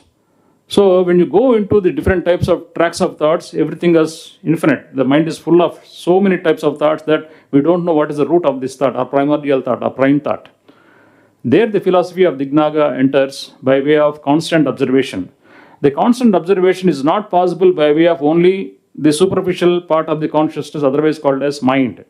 Mind is nothing but only the peripheralized consciousness. The converged mind is called as the soul or soul consciousness. So we need a type of consciousness called soul consciousness or soulfulness to understand, to observe, to watch anything as which is observed as pratyaksha. So normal state of wakeful consciousness is definitely not enough to observe all these things. A type of consciousness, a different type of consciousness is certainly required where you are in a complete neutral state, unprejudiced, unbiased state of consciousness, which is a basic state which is required for observing all the things. So that step is called as Kushala Mula. At this point of Kushala Mula, the entire philosophy of Dignaga starts. So before he is known as the master of logic and reasoning, he is actually a master of consciousness. He has mastered the state of consciousness. So let me later share with you what is this consciousness about and how it has been described in Vedas. So Dignaga's philosophy of Pratyaksha and Anumana, the observation is again not perceptual, it is not even conceptual. So the word concept came from the word conceive. So it is all kalpana, that is what we built around certain premise is called as the kalpana. So this kalpana has to be eliminated, narrowed down and deducted and should come into the essence. So the 99% of the whole effort is basically the pratyaksha or uninterrupted watchfulness that is required. Only 1% is inference. And that inference is carefully drafted, it has to be carefully drafted. Because 99% of the efforts should lead and narrow down to the essence called as the inference or anumana. This anumana is again, he classifies into two categories, one which is meant for oneself, one which is meant for others. Swartha anumana and parartha anumana. So, one, if you are convinced for yourself based upon your own efforts and observation and watchfulness, that is not enough. You have to tell the people who are also observing. So that is the most difficult part. So when you try to explain things, different opinions step in. Because of the element of convincing others or discussing with others, debating others, making them understand the way you have understood, different schools of thought already emerged. So based upon the second part of inference or second part of anumana called as prartha anumana, different schools of thought based upon the way we come down to inference has been different. So I will also explain who are the followers of Dignaga and who are the opponents of Dignaga. Let me compare a little bit before I actually synthesize everything from the perspective of Neti Neti and Charaiveti. The word Charaiveti is a word which has been used by Gautama Buddha at the end of each and every sermon, each and every talk that he spoke after getting enlightenment. At the end of every talk, he used to, the finishing words were Charaiveti, Charaiveti. Charaiveti means what? Chara means that which moves. Iva means alone. Iti means thus. So, Charaiveti means, simply speaking, keep moving continuously, do not stop it. In Vedas, Charaiveti, the word Charaiveti is not a Pali word, but a Sanskrit word, basically, which means that everything has to be under movement. A movement emerging from stillness. Not just movement, a movement emerging from stillness. So in Vedas it is described as Charanbai Madhuvindati, Charanbai Madhuvindati, Charanastavadu Mudambaram, Suryasya Pasya Srimanam, Yona Tandrayate Charan, Charayaveti Charayaveti. That means the way honeybees go to each and every flower and collect the nectar and turns into honey, the way the birds go from plant to plant and pollinate, the way sun moves around as solar system, the way the planets move around the sun, everything is in movement. It is a movement which causes the energy. It is a movement that makes you progress. Here, Charaiveti, the words expressed by Gautama the Buddha is not about the linear movement of the three-dimensional world, but the movement within. It is a spiral. The progress or evolution of any consciousness is not really linear, but non-linear in terms of the spiral. So the more we observe the thoughts and patterns of the mind, the more we move within in circles, like removing the peels of onion. So the outer layers of this onion are removed in layer by layer, so that we reach the central state of consciousness, the seed consciousness, which is called as bija in Vedas. So in Shiva Sutras also, Shiva says it is called as bija avadana. Avadana means contemplation. The contemplation of the seed consciousness is the essence of the entire evolution of a human being. So Charaiveti, what Gautama Buddha said is, it is movement from outer layer to inner layer, reaching the core. that core has been described as the Hiranyagarbha in Himalayas. It is also called as the Hara in Japanese language. Just now I came to know from Lama Pempo Doji, he told the Tibetan word, it is called as Zadud. That is the center of the nadis. So which is located in the belly just below the umbilicus. So that's a place where, like we say in Hindu Puranas and all, the Padmanabha means the deity called as Vishnu. He sleeps on the serpent throne, and from his nabi emerges the lotus, and on the top of lotus Brahma sits. So the consciousness or Brahma or creation or creativity emerges from this umbilical point, which converges, which is the seat of the soul, which is the seat of all the truth and essence. So deriving from the head consciousness, moving towards heart consciousness, and finally culminating into soul consciousness is the essence of the teachings of Gautama the Buddha, simply called as Charayaveti. So coming more into the DIGNAGA'S philosophy, he also uses the, yesterday Professor Bhatt was also talking about the Trirupa, the Paksha, Sadhya and Linga, the inference part, the mark of the inferences part, everything. We did not say all these things. DIGNAGA also used the word Hetu Chakra. Hetu Chakra means the chakra of reason, the science of reason. And the followers of DIGNAGA who carried the same philosophy are those people whom we already know, like Chandrakirti, Dharmakirti. There are also some other people, Bhava Viveka, Gnana Garbha, Shanta Rakshita, Chaba, Sakya Pandita, Nagarjuna. These are all the people who followed the same DIGNAGA'S philosophy. However, there were some difference of opinions because of the Sanskrit language. Languages cause a lot of confusion because the word language came from Latin languor, which means laziness. Human beings are so lazy that we are not able to use our own telepathic abilities. We have created something called as language, 5,000 languages in the world. Just because we are not behaving like an ant, behaving like an elephant, they all communicate with each other with telepathy. Just because we are lazy, not using our inherent ability of telepathy, we have created so many types of sounds called as languages, and all types of confusions are created. Language has created all confusions. And now all the languages need to be converged into the essence part of it. So based upon this languages problem, so many different theories have come into existence, like Udyodkara of Nyaya school and Kumarila Bhatta. Kumarila Bhatta has been known as the reincarnated Yukteswar Giri, the Kriya Yogi, who is a disciple of Lahir Mahashai. So Kumarila Bhatta has been claimed, believed as the Yukteswar Giri essence of consciousness. And Mallavadin style of school of thought from Jains, and Prashanta Pada from Vaisheshika school, and other schools of thought like Sankhya, Yoga, and Vedanta of Shankaracharya, or Dvaita, or Madhavacharya, Vishishtadvaita of Ramanujacharya. All these schools of thought have been opposing the philosophy of DIGNAGA only by way of style, but never by substance.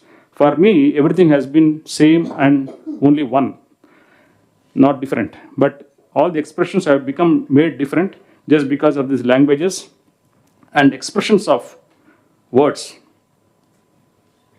So, if you observe the comparative study of the Sanskrit schools of thought and the Pali schools of thought, only because Sanskrit and Pali are only different languages, but the essence has been same. If you see the DIGNAGA'S philosophy of two-step process like Pratyaksha and Anumana, in Vedas, it is called as Vedanga. Vedanga has got 6 steps.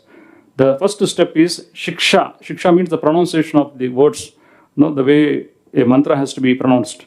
Chandas, Vyakarana, Nirukta, Kalpa and Jyotish. These are the 6 steps which we are called as Vedanga, the basis of which has become the essence of the philosophy of all these Vedic schools of thought. And apart from that, the Pratyaksha of DIGNAGA has been observed as a 6-step process instead of 2 steps of DIGNAGA. So, for Vedic schools of thought, it is the pramana that is important, not the Pratyaksha. Pramana means the pramatru, the subject, and prameya, the object, has to become one to understand the essence of anything.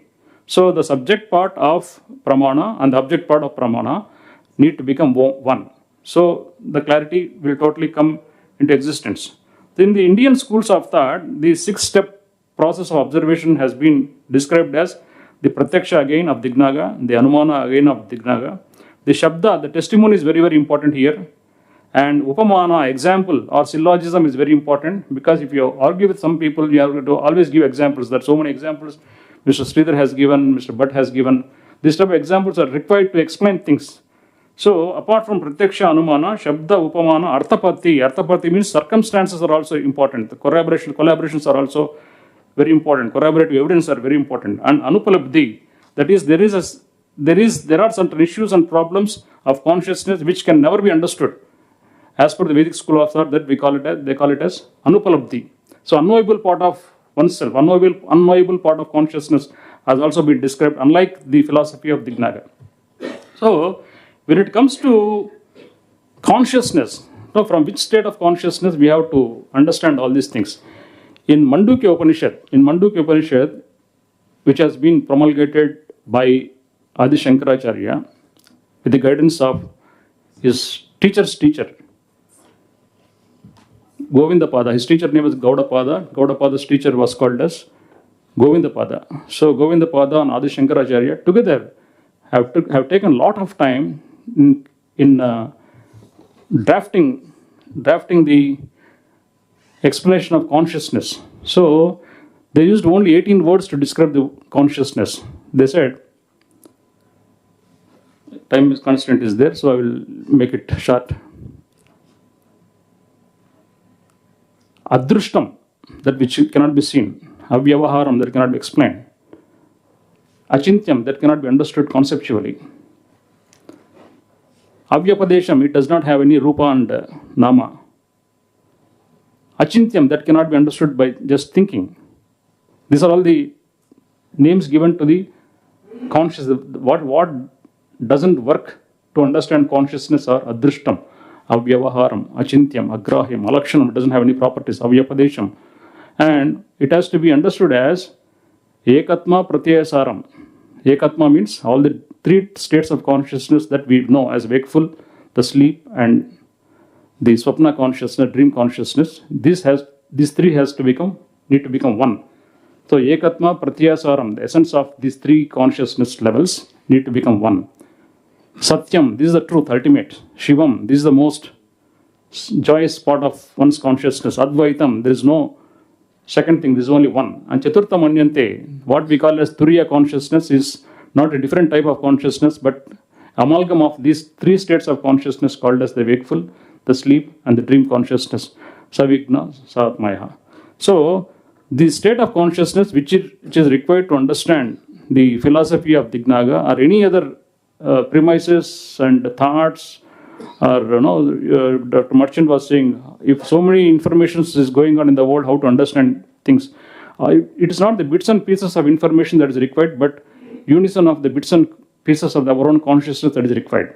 So we need to move from uniting not the information, but uniting the bits and pieces of our own fragmented and fractured types of our consciousness. So the consciousness is already united. We need to actually make it one. When it becomes one, the capability to understand things, the capability to reduce things, the capability to deduct things from different things to only one is possible as per Dignaga. So it is finally the soulful state of consciousness that is very much required, which is otherwise called as Kushala Mula of Gautama Buddha, the Charayaveti aspects of Gautama Buddha, which is most essential to understand things and understand the essence of life. Thank you very much.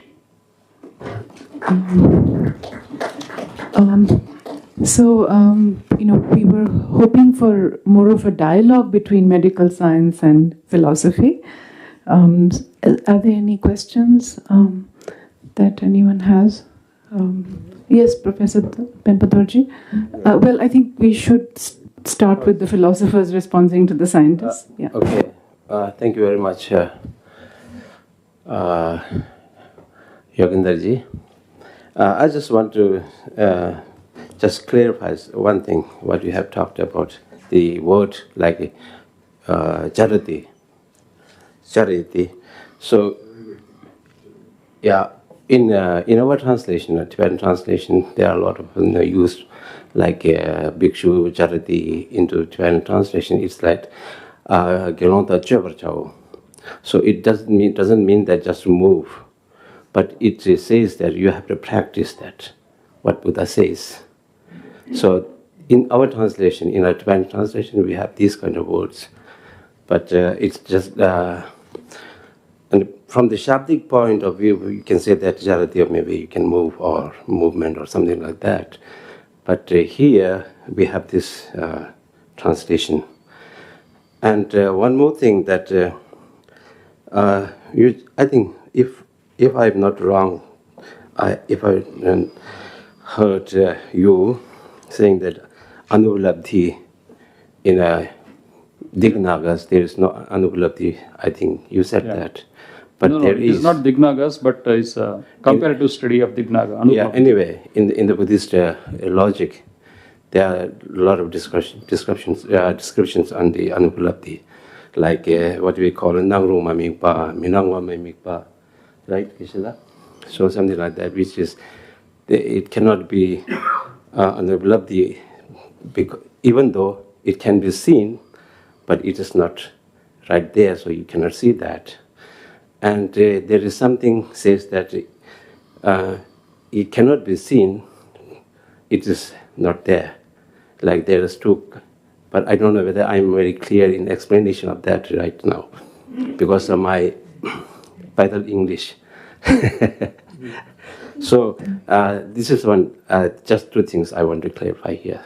Thank you so much. Yeah, Charaveti, the way I told already, it is not really movement, but movement emerging from stillness. It is like meditation motion. It is not just silence, but stillness emerging into movement. The sun appears as still, but the entire solar system is moving at a speed of 250 meters per second. I think we will need to have a separate seminar for clarifying the doctrinal differences between the Vedic and the Buddhists, which seem to be collapsed in your presentation. For instance, soulful would be a very problematic term for most Buddhists, which you used rather casually. Anatma, because as is anatma instead of atma. So we really need to, these are terms which need to be used extremely carefully, and I think we need more time than we have to go into that. Mr. Merchant seems to have an urgent question. Yeah, well, actually about the language, I was very intrigued by your remarks, because it is the language that has helped the human race to preserve and to carry forward its heritage. So we have a debate. We will continue over lunch, perhaps. I don't want to take more of your time. And the second point is, when you talked about fragmentation of mind or fragmentation of reality, perhaps some of you must have heard of the works of David Bohm. He says one of the crises that humanity is facing is the fragmentation of our thought. Our whole thinking process is so fragmented, and as a result, we are in a state of conflict all the time. So just briefly, I wanted to mention. I differ with his words. It is actually not fragmentation of thoughts, but fragmentation of consciousness. So instead of confusion, we create fusion. So when it is fragmented, it turns into confusion. When it is synthesized, it turns into fusion. So confusion to fusion is our idea, as essence. Shall we move on to the next presentation, because we don't want to do what we did yesterday. As you have very well demonstrated, that the content, construct and composition of language is important. But besides that, if you want to make your language effective, intent and emotion is equally important. Okay, so that brings force in your expressions. The lecture that you have given, besides giving enough clarity about what language does, the way you have expressed that shows that besides those things, your emotions, feelings, for conveying those things play a very important role. That's my submission. Your take on this. What I feel is, many people call headfulness as most important, the way you are calling intent. You also use the word emotion. Many people call heartfulness as very important. I say that it is a mindfulness and heartfulness, both need to be united to turn into soulfulness. So you become everything. And that essence is more impactful than exclusive headfulness and exclusive heartfulness. Okay, so let's move on to the next presentation, our last for the seminar. Very interesting topic, can machines think? Revisiting limitations of computing in the age of artificial intelligence. To speak on this topic is TVH Prathamesh, an assistant professor of computer science at Kriya University.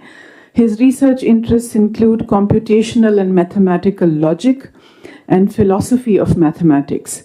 He holds a PhD in mathematics from the Indian Institute of Science, Bangalore, and he's done his postdoctoral research at the Institute of Mathematics Sciences, Chennai, and the Institute for Informatik in Austria.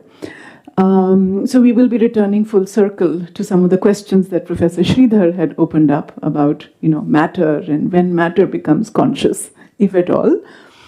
So can machines think? Over to you, Prathamesh. Okay, Sanjay, thanks. Thanks a lot for the introduction, and I would like to thank Rinpoche for the invitation, and also Sridhar, who extended it to me. And thanks a lot for the whole wonderful series of talks. Since yesterday, I think I learned a lot in the process. And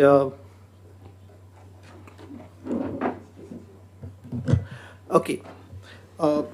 And it's quite interesting to be back in a debate, which is a dialogue with DIGNÄGA'S logic. And especially because, as a 15-year-old, I think two of my intellectual heroes were Buddha and Bertrand Russell.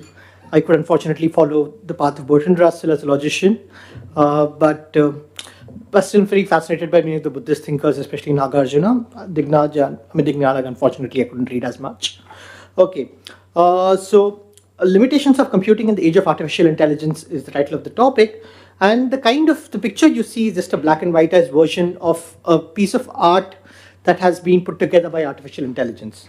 So people often think about machines in terms of only what we can actually perceivably do in terms of computation, in terms of optimization. But today we actually hear about machines entering into domains that previously were unthought of, such as putting together art.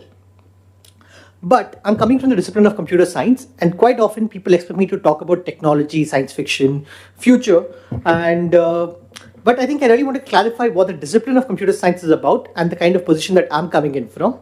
So here's a quote by one of the most famous computer scientists of 20th century called Edward W. Dijkstra's. He says, computer science is no more about computers than astronomy is about telescopes.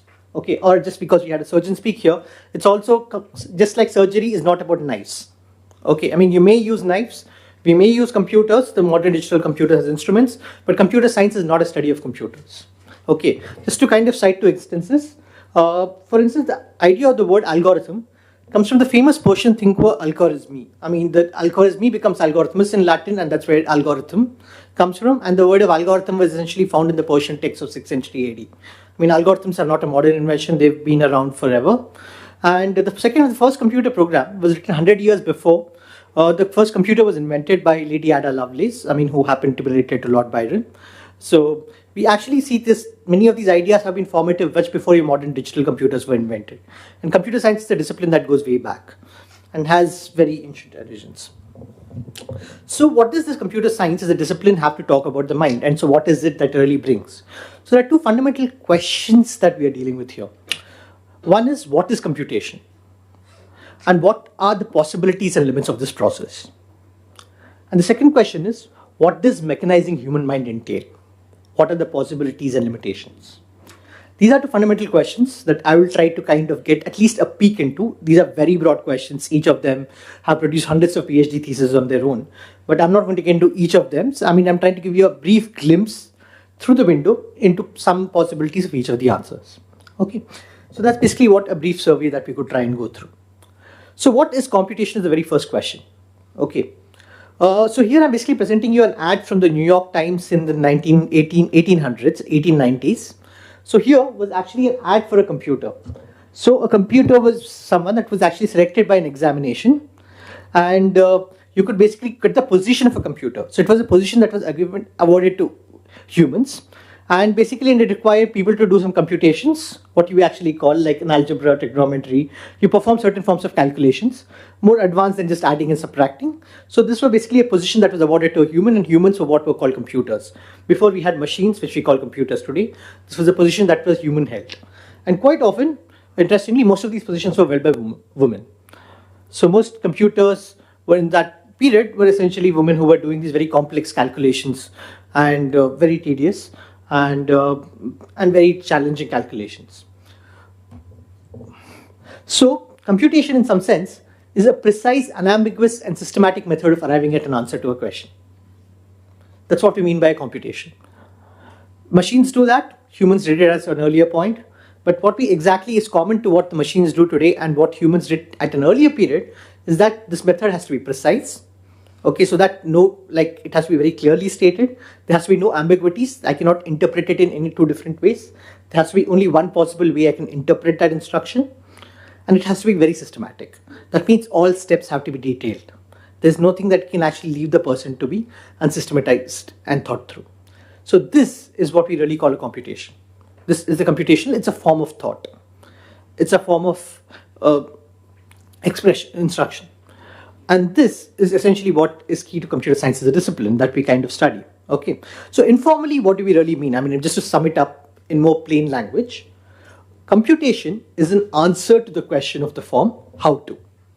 So if I have a question of the form how to, any answer of that lends itself to an answer that we call an answer of computation. Just to cite a few examples. How do we calculate the age of a person from the date of birth? Okay, so usually you ask me my age and my date of birth, and I will basically subtract the year from the current year from my age. Then maybe I'll check for the month. I will see if my month preceded the day today or the day before, right? And then I will basically use that to calculate the date of my birth. Okay, how do we cook pasta? There's precise specific restrictions that you might want to basically say cook pasta, put your pasta in the water, boil for 30 minutes, blah, blah, blah, blah. How do I find the shortest path from India International Center to the airport? Right? I can do it manually, looking at a map, trying out various possibilities, or I can actually today, this kind of process can be mechanized into a computer and you have your Google Maps and say shortest path from India International Center to the airport, right? How do we recognize if two images are of the same person? I mean, human beings can say, hey, there are these features which are in common here or here, and can we extract certain features to say if they're of the same person? This recognition. I mean, machines can do that today, right? I mean, you have your Facebooks and Instagrams and all these mechanical systems that tend to recognize if it's your own image. How do we find all prime factors of a given number? Of interest to mathematicians. This actually was a question that was answered way back in like 3rd century BC by Euclid, as Euclid's algorithms you would find, and it's still used in modern crypto systems. Okay, another question which is of philosophical importance, how do we know what we know, right? Now this is a question that elucidates a methodical answer, right? I mean, any form of primarily like epistemological question also accepts a systematic methodological answer, and this is also the heart of what DIGNAGA was trying to do in terms of formalizing a system of logic, right? How do we know what we know? How do we distinguish between a valid and invalid inference? So is there a method? Is there a formal structured computational method to do that? And in some sense, a lot of the attempts that humans have created in this course of philosophy, in this course of computer science or logic, has been the kind of questions to these, have been these kind of questions, epistemological, how do we try to systematize these? Or maybe one can just ask a question like, how do we lead a good life, right? I mean, maybe the Eightfold Path, right? So, I mean, these are questions that we might have answers out of computation. So, computation is an answer that just primarily is a little more deeper than just mere calculation. But why are these questions interesting? So, they're intrinsically tied to the questions of can and what. What are the reliable sources of knowledge, right? How do we arrive at the reliable sources of knowledge, right? Can we know something in the absence of how to? If I do not have a method which essentially separates out a valid inference from an invalid inference, can I know what is a valid inference and an invalid inference, right? In the absence of how to, do we really have an answer to can? Now the second question is, if I'm also asserting the existence of something, okay, showing that how to say that something exists, one of the two ways is actually by answering how to. How do we know that it exists in some sense? Okay, and this is a question that has been central to the philosophy of math in 20th century. Some of the big central philosophical debates in 20th century have been centered around this kind of a question. Like, do you know this mathematical object exists in absence of its construction, or can we just assume that it does not exist and find a logical contradiction? Okay, so which basically assumes your principle of excluded middle. So there were people who rejected the principle of excluded middle in the philosophy of math, mostly people who belong to a more computational school or a constructivist school, what we call, who believe that to assume that the existence of an object, you need to be able to compute it or construct it, have a process of construction. Now this can be extracted for all possible conceptual domains outside of math. It can be excluded for a lot of phenomena where we say, do you know something exists? Do you actually have a specific way of saying that you can actually like construct it or demonstrate it? Or do you just say that, okay, let's assume that it does not exist and find a contradiction? Okay. Now, if you do not believe in the law of excluded middle, okay, or the twofold system of logic, then your principle of contradiction fails. Okay. Which is where you may need to really actually, in that sense, though computational means is the only means of answering that question. That's the only means that is left behind, that we have. So this is essentially the second part why the how-to questions are interesting. Now the question is, given a how-to question, how can you answer it? Right? If I ask you a question of how to find what is a valid, or how to arrive at a logical valid inference, how would you answer it? Okay. Now, a more slightly better stated question is, given any query, I have a question, is there a precise, unambiguous, systematic method to arrive at an answer to the query? So I'm going to give you a query. The query is usually a form of a how-to question, and I want to have a meta method, which essentially takes this query and answers whether this question or what the answer to this question. Like, how do I construct a pasta? It will give me the answer. Or let's say how to find my way to IIA, it will give me an answer. Okay, what are the prime numbers? How to compute the prime numbers? It will give me the answer. Okay. So this is a question that is not very new. It goes back Descartes, Leibniz. So I'm basically kind of citing Leibnizism. Leibniz says the only way to rectify our reasoning is to make them as tangible as those of mathematics, so that we find out our error at glance, and when there are disputes among persons, we can simply let us calculate without seeing who is right. So what Leibniz does is in some sense, he says that let us be this meta method, and that meta method arises because we are actually formalizing it, and formalizing it in a way that is basically drawing upon the traditions of mathematics. It's a very systematic, formal, symbolic means. Okay. And this gave rise, in some sense, of course, Leibniz had a very ambitious principle that whenever there are disputes between people, you can actually settle them by a use of a certain meta method. Okay, and by which you can actually, following the rules of it mechanically, you'll be able to arrive at the answer. But a more restricted form became very fascinating. Mathematics evolved by then, and people were kind of said, okay, this is a very ambitious question. Let us look at a very restricted form of the question for something that we already know, which is very precise and formal, which is mathematics. So the question that Hilbert, who was one of the major mathematicians of early 20th century, he asked the following question. So he was interested in whether there's a meta method to solve all mathematical questions. Okay, in some sense, so given a mathematical statement, do we have a precise, unambiguous, and systematic method? In the sense, is there a computable or what we call algorithmic method to verify the truth of the mathematical assertion? So if the statement is true, it should provide me a proof of this. If the statement is false, it should provide me an example of a counterexample, something that basically declines the statement. So which is what this method should basically do. So I follow this meta method, and I know basically by just following this method, like mechanically, I should be able to prove existence or non-existence of mathematical method. So any answer to this required a precise formulation of what it means to be computable. So now I just said it's an ambiguous, precise, systematic, but still I'm using English words. I'm not using a language of a formal system, a formal logical system, or a formal mathematical expression. So this required a precise formulation of what it means to be computable, at least in the limited definition of what it means to be computable in mathematics. Okay, and this question, of course, the first person who attempted this was the British mathematician Sir Alan Turing, one of the legendary thinkers of 20th century. And so he looked at a question of how mathematician works to answer this question. So he tried to say what is computable or what is a systematic method. So he looked at a mathematician very closely and tried to kind of capture their way of thinking. Okay, and built an abstract machine here. So what did he observe?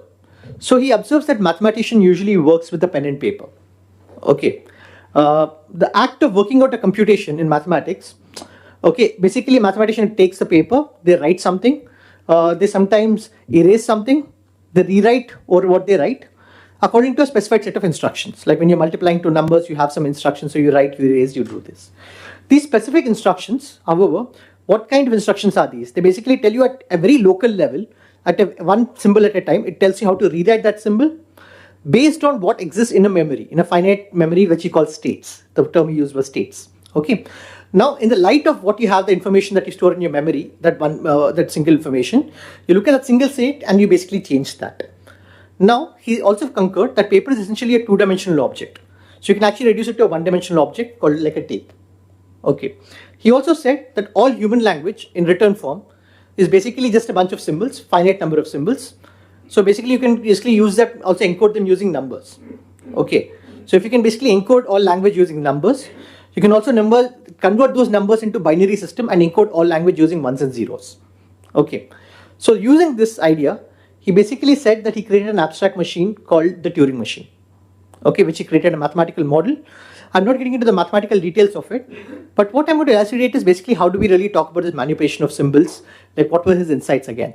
So let's just go back. So let's say I'm adding 37 to 5. Okay, so let me say that 5 is the thing that I'm rewriting, and so 7 is the thing I'm rewriting, and 5 is what I keep in my memory. Okay, so 5 I push to my memory and 7 is what I'm rewriting. And then I rewrite my 5 with 2, I erase 5, write 2, and I push 1 to my memory. 1 is what exists in my memory, and I'm scanning 3 as an object. So as I scan 3, again, in the light of 1 in my memory, I basically rewrite it to 4, and I get my answer 42. I mean, it's a very significant number for those who know what I'm referring to. So yeah. So this was basically what he kind of dealt with. And he basically constructed this machine, kind of just basically a brief outline of what this abstract machine, it's not a machine that he built mechanically, it's a mathematical or an abstract machine, it's a mathematical model.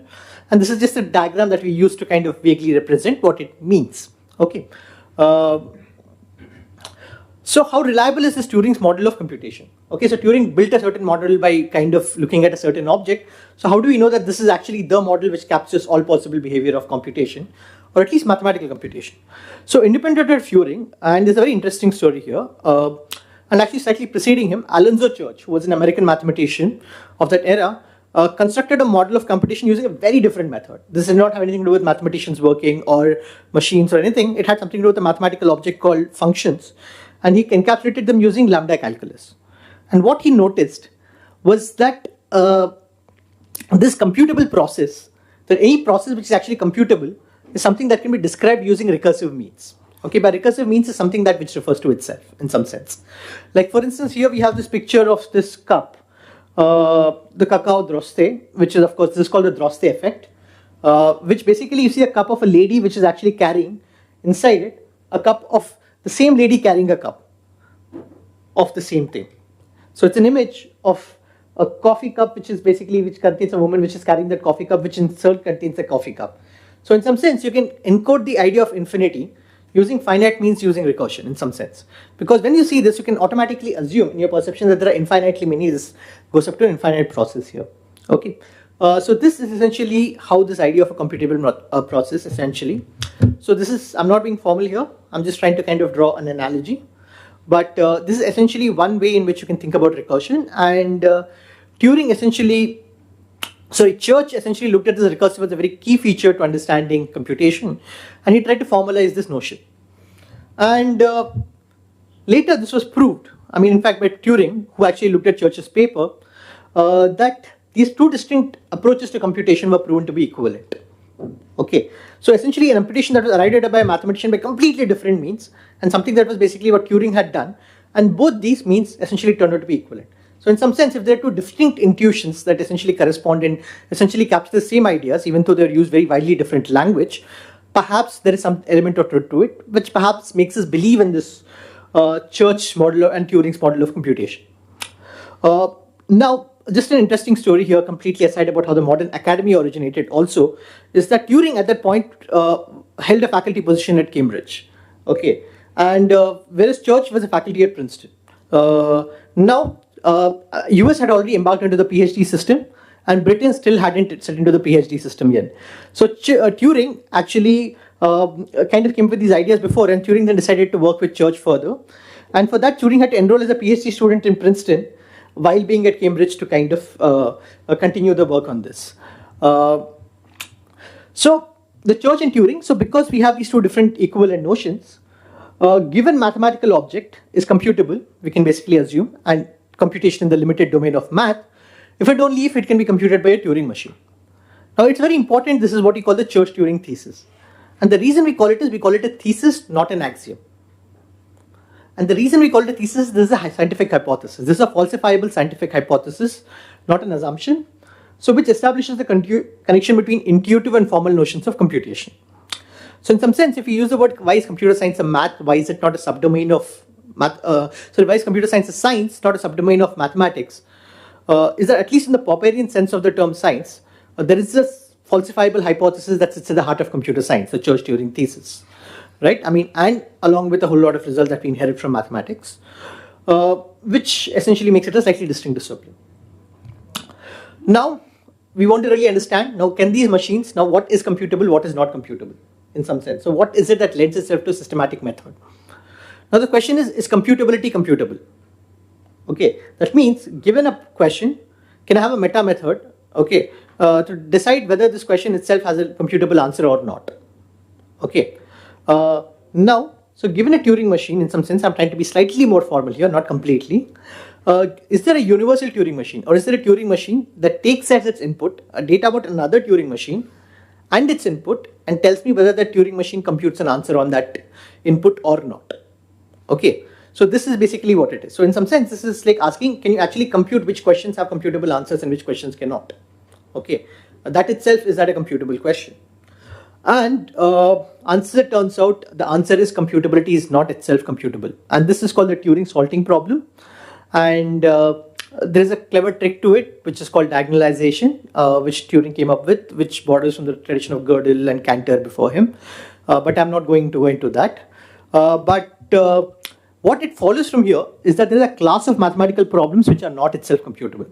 Okay, so the computation method, or this method of precise methodical inquiry, has its limits, especially even in the domain of mathematics, which I think is a very key kind of consequence of this.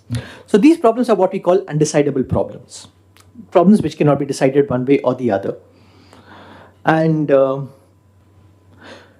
an undecidable problem, I'm going to give you a simple example of this. So let's just consider a small game here. So we take one word from another. The idea is that we all played such games as childhood. We take one word from another by replacing one letter in a word at a time according to a given set of instructions. Okay, so the instructions can vary with the game that you're playing. Okay, but the basic idea is that you replace one word with a letter. In a word, I mean any sequence of letters. It need not be a meaningful word in a dictionary. Okay, like for instance, you replace A with the word E, you replace E with A, B with T, T with B. Okay, you basically have some substitution or replacement rules for alphabets, and you basically have to convert one to the other. And now my question is, can I obtain the word rob from bat given these set of rules?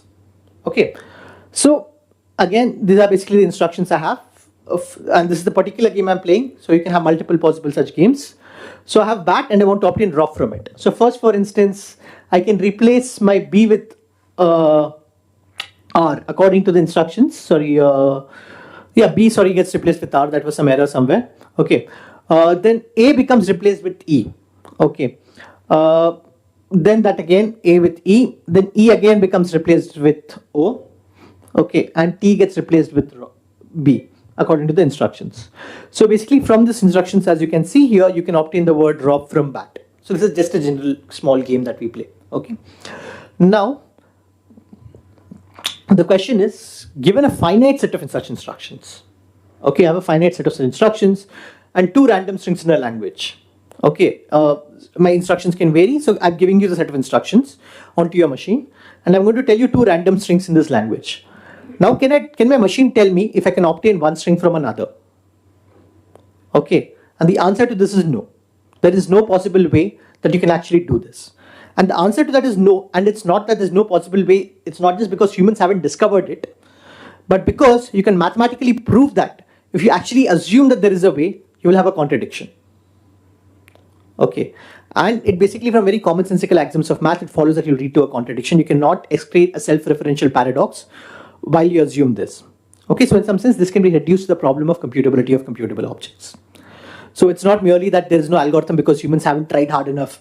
If you try hard enough, you'll find an algorithm. No, it's not the case. There's a theoretical limit here that we come into. So here this exists a first question of limit 1. It's a range of questions. So this was just one example. Even within the restricted domain of mathematical computation, which do not lend themselves to computable answers. Okay, this is a very, very small. Now, this clarification, so this is not just applied to machines. So it's not that I can say that, okay, this computable process is only something that a machine cannot do. Okay, because we are trying to capture the notion of computation that exists in all sentient beings. Humans, animals, machines. This basically applies to naturally arising systems. This applies to all possible agents of computation. So it's not like humans can do this because by other means, in some sense. And this argument is not merely against a scientific approach to computation, but all manners of methodical inquiry, if it is sufficiently formal. So if we try to formalize all systems of inquiry, we will run into these questions of contradictions at such points. This is something we will not be possibly able to elucidate, as long as we accept the Church-Turing thesis. Okay, so there's another point of limits of computation, which I want to come into. So computation, even this, when we really talk about Turing's trying to deal with computation, they were trying to deal with a very restricted sense of mathematical computation. We were trying to compute only a very restricted in math, but even there we come into limits. Even something as formal as math, you'll encounter limits. Now the question is, but what about reality? People often try to talk about saying AI taking over, machines taking over, they'll basically have answers to everything. They'll be able to predict whom you will marry, whatever, right? I mean, the question is, will these theoretical limits of computation, would that be possible? So the first thing is, when we actually try to convert essentially the models of computation we have, essentially deal with mathematical objects. They're primarily done for instruments of math. It is because we can actually capture some part of reality into a mathematical construction, which enables it to basically amenable to computation. Like for instance, you can convert an image into a mathematical object called the matrix. For those who know, you can convert videos, music, financial statements, some data about climate, blah, blah, blah. So to those aspects where it is amenable to computation, we can kind of essentially do it. But there is a question here, and I think DIGNAGA again becomes very interesting here in this role, because this is made possible because of analogous reasoning, or what is called upamana, right? I mean, and which was rejected by DIGNAGA. Okay, and this analogous reasoning is often at the heart of any kind of a mathematical model building, right? I mean, we've had people like Sridhar who must have built some very complicated models as a theoretical physicist. But essentially, for instance, just to give you an example, we'll think about economy. You see, actually, economy is something that is an activity that humans do. We work as production, we kind of produce things, we carry out things. But often when mathematicians or whenever we use economists use it to any kind of a mathematical mood, we use an analogy in form of geometrical objects like a line, okay, or a curve. We say basically some relation between an activity that human beings do in a real life and a geometric object, and using that analogy between that, essentially this behaves in time like this geometric objects behave. Okay, and it is through that analogous reasoning that we often try to kind of find an argument in economics, and it is useful. There is some use to it. I mean, we cannot reject it completely, right? Or for instance, the way we conceive time. For instance, if we think about population growth, time is something that is in a state of flux, that is we experience.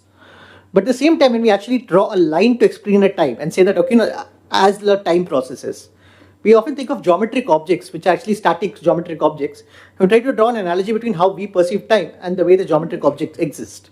Okay, and it is through these forms of analogous reasoning that often make mathematical representation possible. And then, of course, these are further converted into some other forms of analogous mathematical correspondences. So, reasoning by analogy is not unuseful completely. I mean, it has its points, right?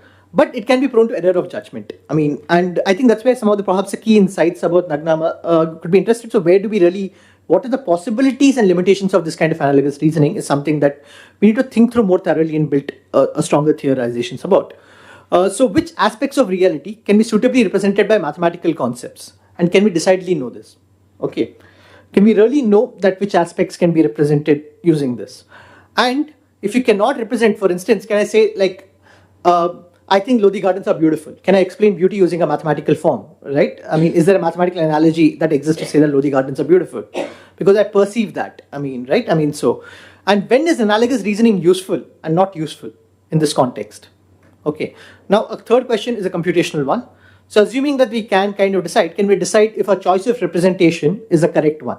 So I actually draw an analogy with a mathematical one. So essentially anyone who's done some mathematical modeling knows there are 10 to 15 models you can build with for any given situation, often. But which is the correct one is often something that we kind of choose the, how much? I think we should be wrapping up. 5 more minutes? 5 minutes, please. Sure, okay. So the limit number 2 is any limit to representability by mathematical objects confers a limit on computability. Okay. Now we come to the second part of the question, and I'll kind of make this quick in 5 minutes. So what does mechanizing computing simulate human mind, and what are the possibilities and limitations? Okay. Sorry, what is mechanizing, what is computing, I mean, how do we simulate human mind, and what are the possibilities and limitations of this process? Okay, this is the second question that I want to kind of ask.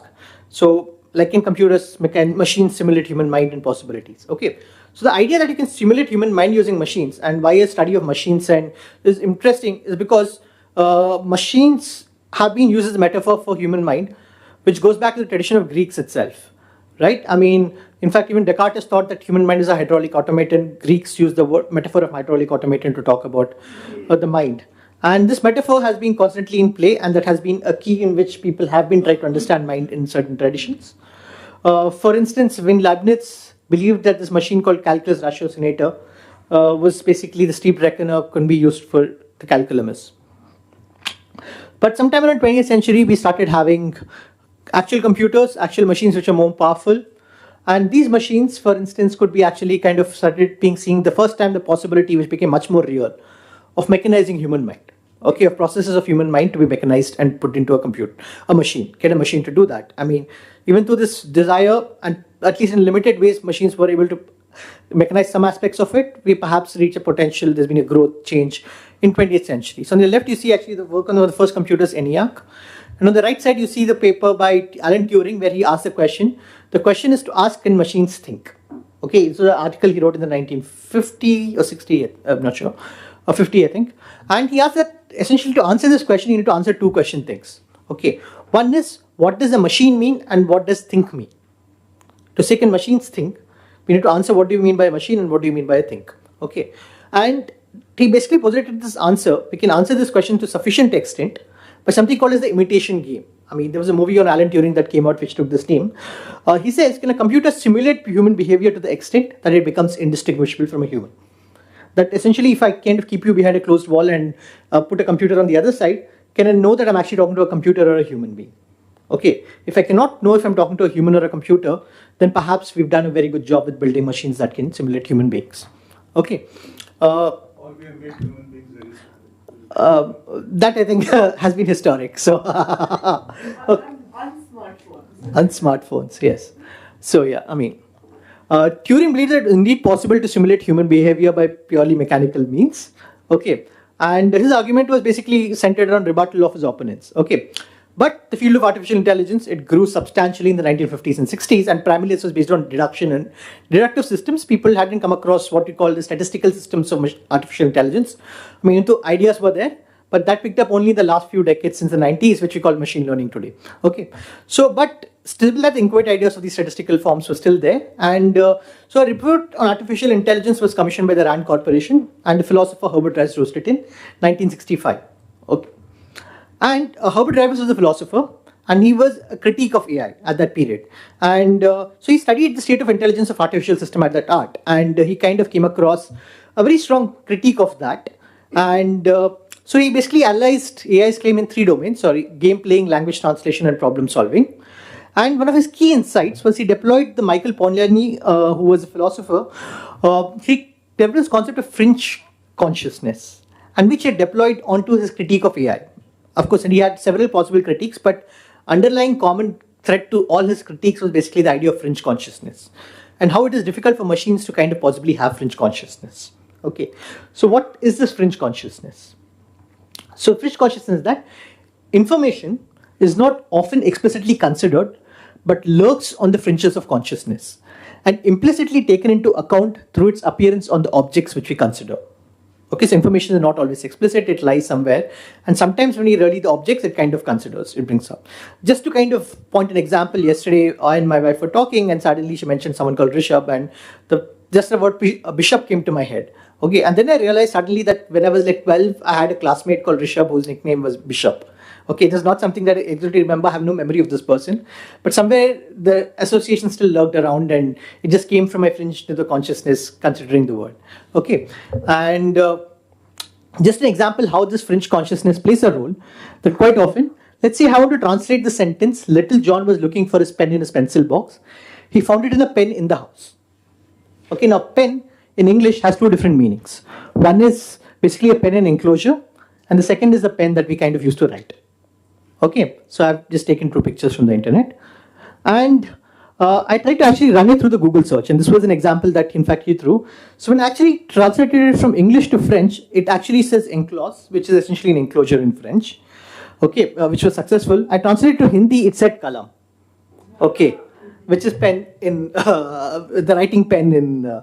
So you can see that basically it can kind of fail to recognize when there are multiple meanings and inference of context. So what is fringe consciousness have a role here?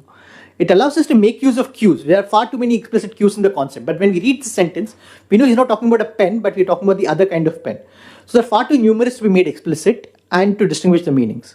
A machine, if it has to account for all the possible facts, would have to go through a lot of facts. If I have to say, instead of, okay, I have to all possible facts in the world that a machine acquires, store it. Then what happens is in computers, the computational memory blows up substantially and the processing power has substantially declines and it no longer becomes practically feasible.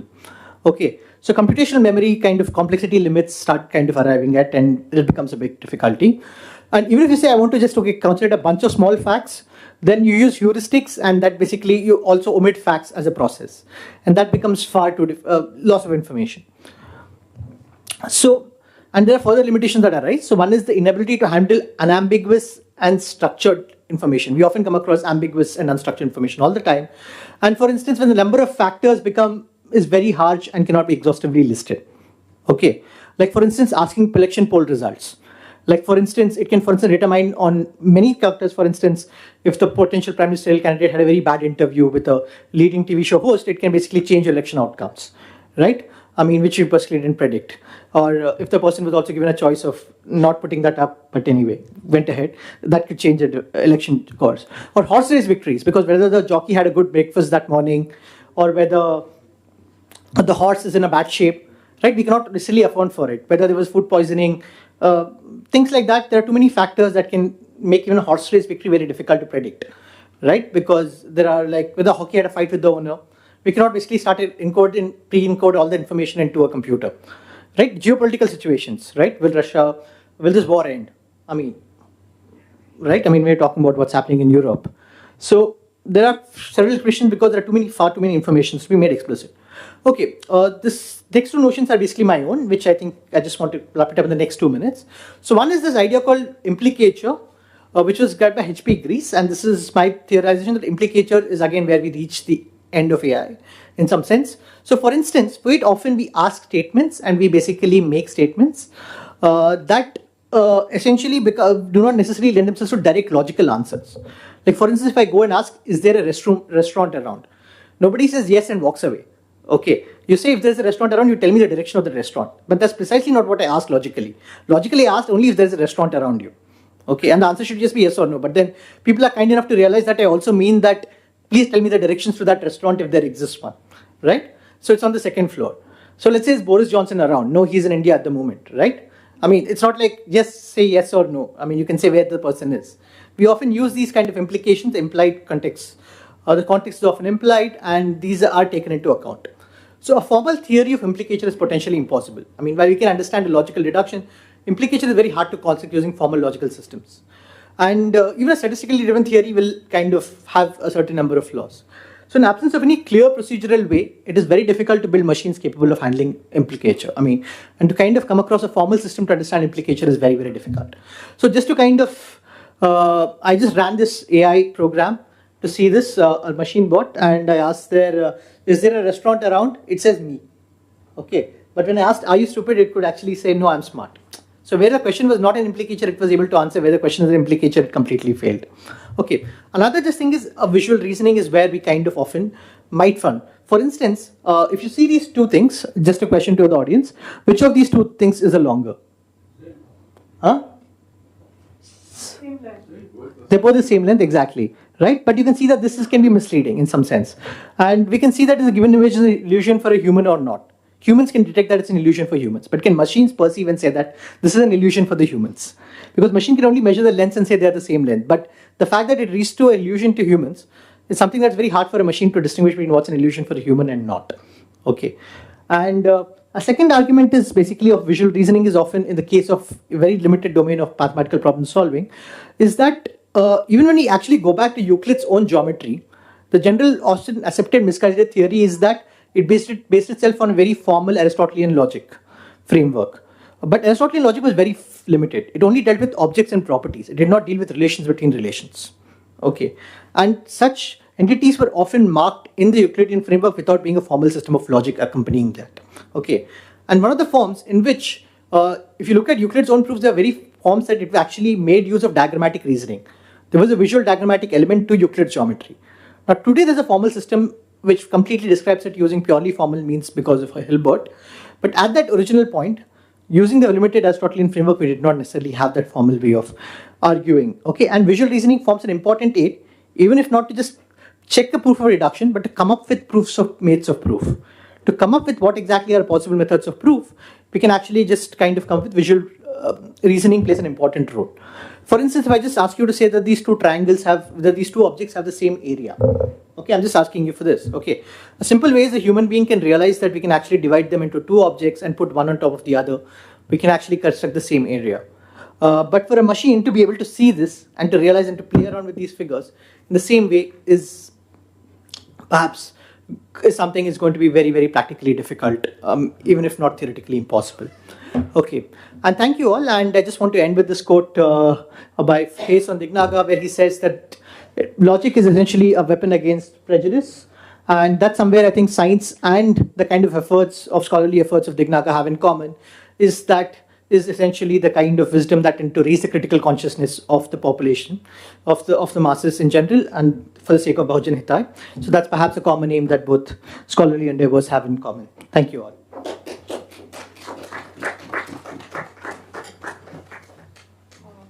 Thank you so much for that very technical education we just received. To the final result, that machines really aren't quite up to the mark. Right? Human beings are far too complex. Communication, as someone who has to suffer very often Google Translate, and someone who deals with literature, one can quite see where the problems arise. All the language particularly, is such a distinctly human preserve, and I think we need to respect that. So any questions? We are running short of time, and there is an online question as well that I have to take, that I think I should give priority to.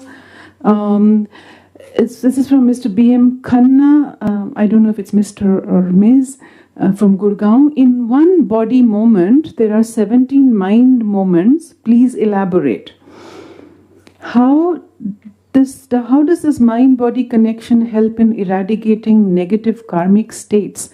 I'm not sure that's a question that is meant for you, but anyone else who would like to talk about eradicating negative karmic states through the mind-body connection? I mean, that's it. You want me to speak? Negative karmic. Karma is basically action, right? See, karma is not a punishment. The way people understand, karma is not opinion. Karma is not result of certain things. Karma is basically the blueprint of what we are. Blueprint of our thoughts, blueprint of our emotional baggages, blueprint of all our patterns and programs. So the patterns and programs create the result, and how we can correct the blueprint of our patterns and programs results into the real karma we call it as good or bad, because if it is rewarding, we call it good. If it is unrewarding, we call it bad. Because of their expectation, the good and bad differs. So karma is only a result of our own patterns and programs, nothing else. Okay, thank you. So I have the task of trying to sum up these 2 days in about 2.5 minutes, and then we will proceed for different kinds of food from the kind of stimulating mental food that we've had. So this was the second in the series of dialogues. That's what I want to remind ourselves of. We had a session earlier in October, I think it was last year, where we had, again, we had people from different disciplines. We had medical scientists who were practicing forms of spirituality, who were reflecting on that connection. And this is to just further that with some highly specialized inputs from physics and computer science and so on. So we started with Lama Dubum Tulku reminding us of the significance of Dignaga as the father, the progenitor of Buddhist logic. And in his presentation, he stressed the need to sort of bridge what we might call the sacred and the secular, where you combine the spiritual tradition with a concern with real life and its problems, if you will. He went into various details of the pramanas and the logical, the superior, the hierarchy of pramanas and so on. Professor S.R. Bhatt, of course, took us through the masterly survey of Dignaga seen in the context of Indian logic and also hinting at Western traditions, especially the absurdity of formal Western logic. That example, I think, is stuck in our minds.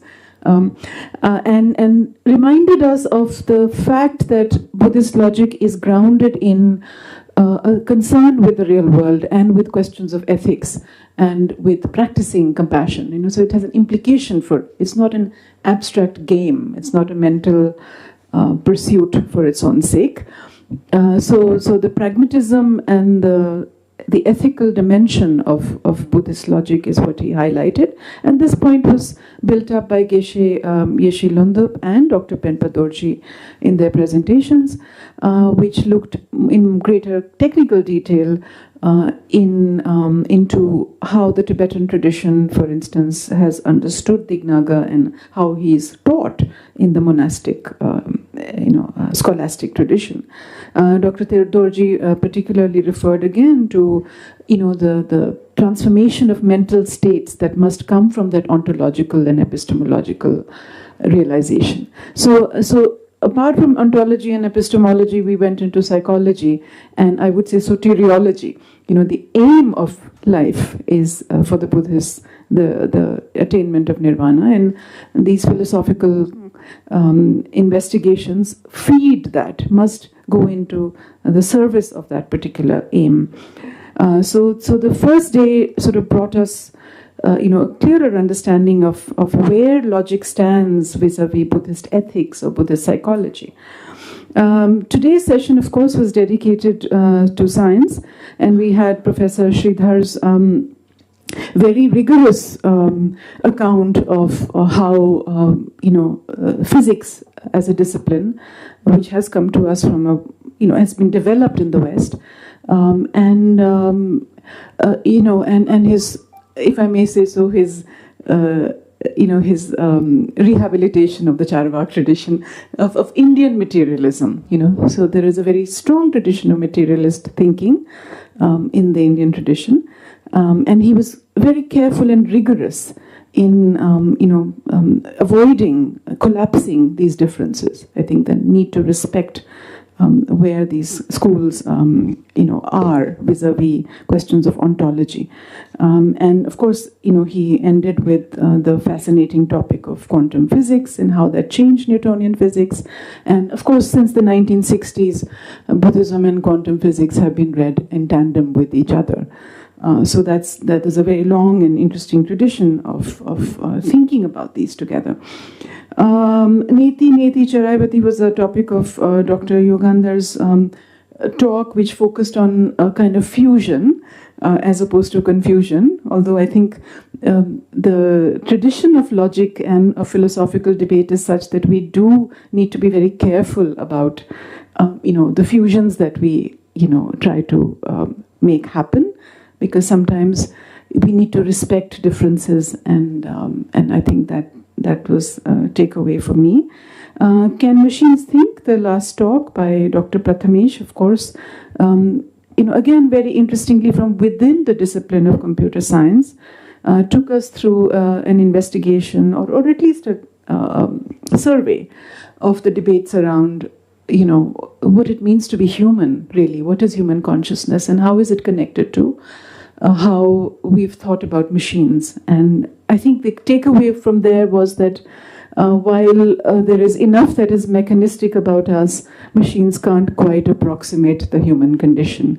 And and of course, I think in all the talks that we had, concerns about what we might call the ethical and the political dimensions of these questions kept reasserting themselves. Even in Professor Sridhar's talk, he talked about how knowledge making isn't a neutral enterprise. It happens in particular contexts.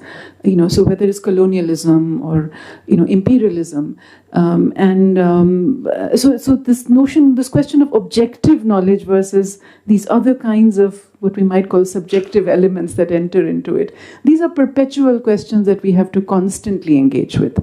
I think there is a desire for objectivity, but we seem to be being all too human. Repeatedly caught up in structures, social structures and other kinds of structures which shape the way we think about abstractions. So, and I think this opens up further debate, and of course the question of neuroscience, which opens up. There's been a lot of work done on Buddhism and neuroscience, which we haven't really gone into in these conversations, but that's always lurking at the back of it. Some decades of that kind of conversation. We will, of course, I'm sure, carry these conversations forward in the future, because these are open areas of discussion. These are unfolding debates, especially with technology, sort of making us rethink these questions over and over again. I have been requested to invite Mr. Merchant to say a few last, words in conclusion before we break for lunch. So, yeah. Thank you. Thank you very much, Dr. Maya Joshi. Actually, I just wanted to, on behalf of all of us, sincerely thank the organizers, the World Buddhist Cultural Trust, led by Venerable Rinpoche Lama Tobam Tulkuji and his team. And it was a wonderful 2-day session. And I'm sure all of us who made it to this 2-day second in the series of the Science of Mind were fascinated, were enlightened, were benefited truly, even if much of the things may have gone above our heads. That doesn't matter. But if we are all learners in our life, and that's the beauty of the human spirit. And the mind is always questing. When I was listening to Professor Sridharji talking about us settling down into Mars very soon, and if you listen to some of the talks of Elon Musk, his very radical approaches. So I just wanted to sincerely thank Rinpoche and his team and all the people who have helped to organize this 2-day webinar, and brought such distinguished friends to address. And of course, I'm not trying to sum up. Dr. Joshi has already done a brilliant summing up. And I hope that this journey, which we have started together, will continue. No one is going to reach any destination, but this journey and the path that we are treading together in understanding how the science of mind has an applied value. And of course, all the credit goes to Acharya Dignaga. I hope I'm pronouncing correctly.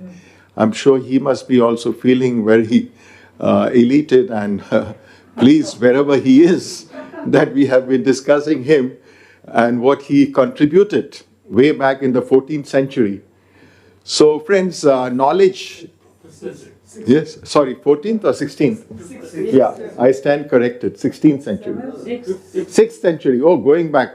Yesterday, of course, I was 6th century. And then so many of his distinguished disciples like Dharmakriti and others. Dharmakriti was 14th century, is it? Or no, well, series that goes on. Well, 14th century Lama Tsongkhapa. okay, yes, all right. So sorry, my timeline got a bit warped, confused. So going back, to 6th century, the emphasis I wanted to make was, knowledge. It keeps coming. And as this knowledge is processed, and as our horizons expand, then some of it becomes wisdom when we become better human beings. And if we don't use this knowledge for a positive purpose, then we have a state of the world that we are in. So friends, it has been a very positive and useful time spent together. And I don't have enough words to thank Rinpoche-ji and speakers, starting with Professor Bhatt and all who have been mentioned already by Dr. Maya Joshi. It was a very fascinating 2 days. I'm sure all of you are with me in thanking the organizers and the World Buddhist Cultural Trust. I hope Lamaji, Rinpoche-ji, you will keep us with you in your journey. And we look forward to making useful and positive contributions in the weeks and months ahead. And the enlightenment that we have received should stay with us for quite some time. And not as soon as we are out on the street, we have forgot everything. So on that happy note, I think we can all gather for lunch. And thank you everyone for coming, for your engagement, for your attention. Thanks. And thank you, I should thank the organizers for inviting me. Also, because she has been instrumental in inviting all these people. Oh, absolutely. Chunki is the backbone of this. She is, absolutely the backbone. So thank you. And I would be very happy if we all can have a group picture to carry as a memory. I'm not sure if we have a we all can stand camera here which and, can. So I think Chunki is again. All mobiles are open. Go up and some of us can stand. Okay. I'll have to go back to Alan Turing because I have read him a long, long time. I'm not a mathematician. Okay. So I come from the field of humanities. My interest is in cosmology. Okay. So today's James Webb Space Telescope is the most advanced piece of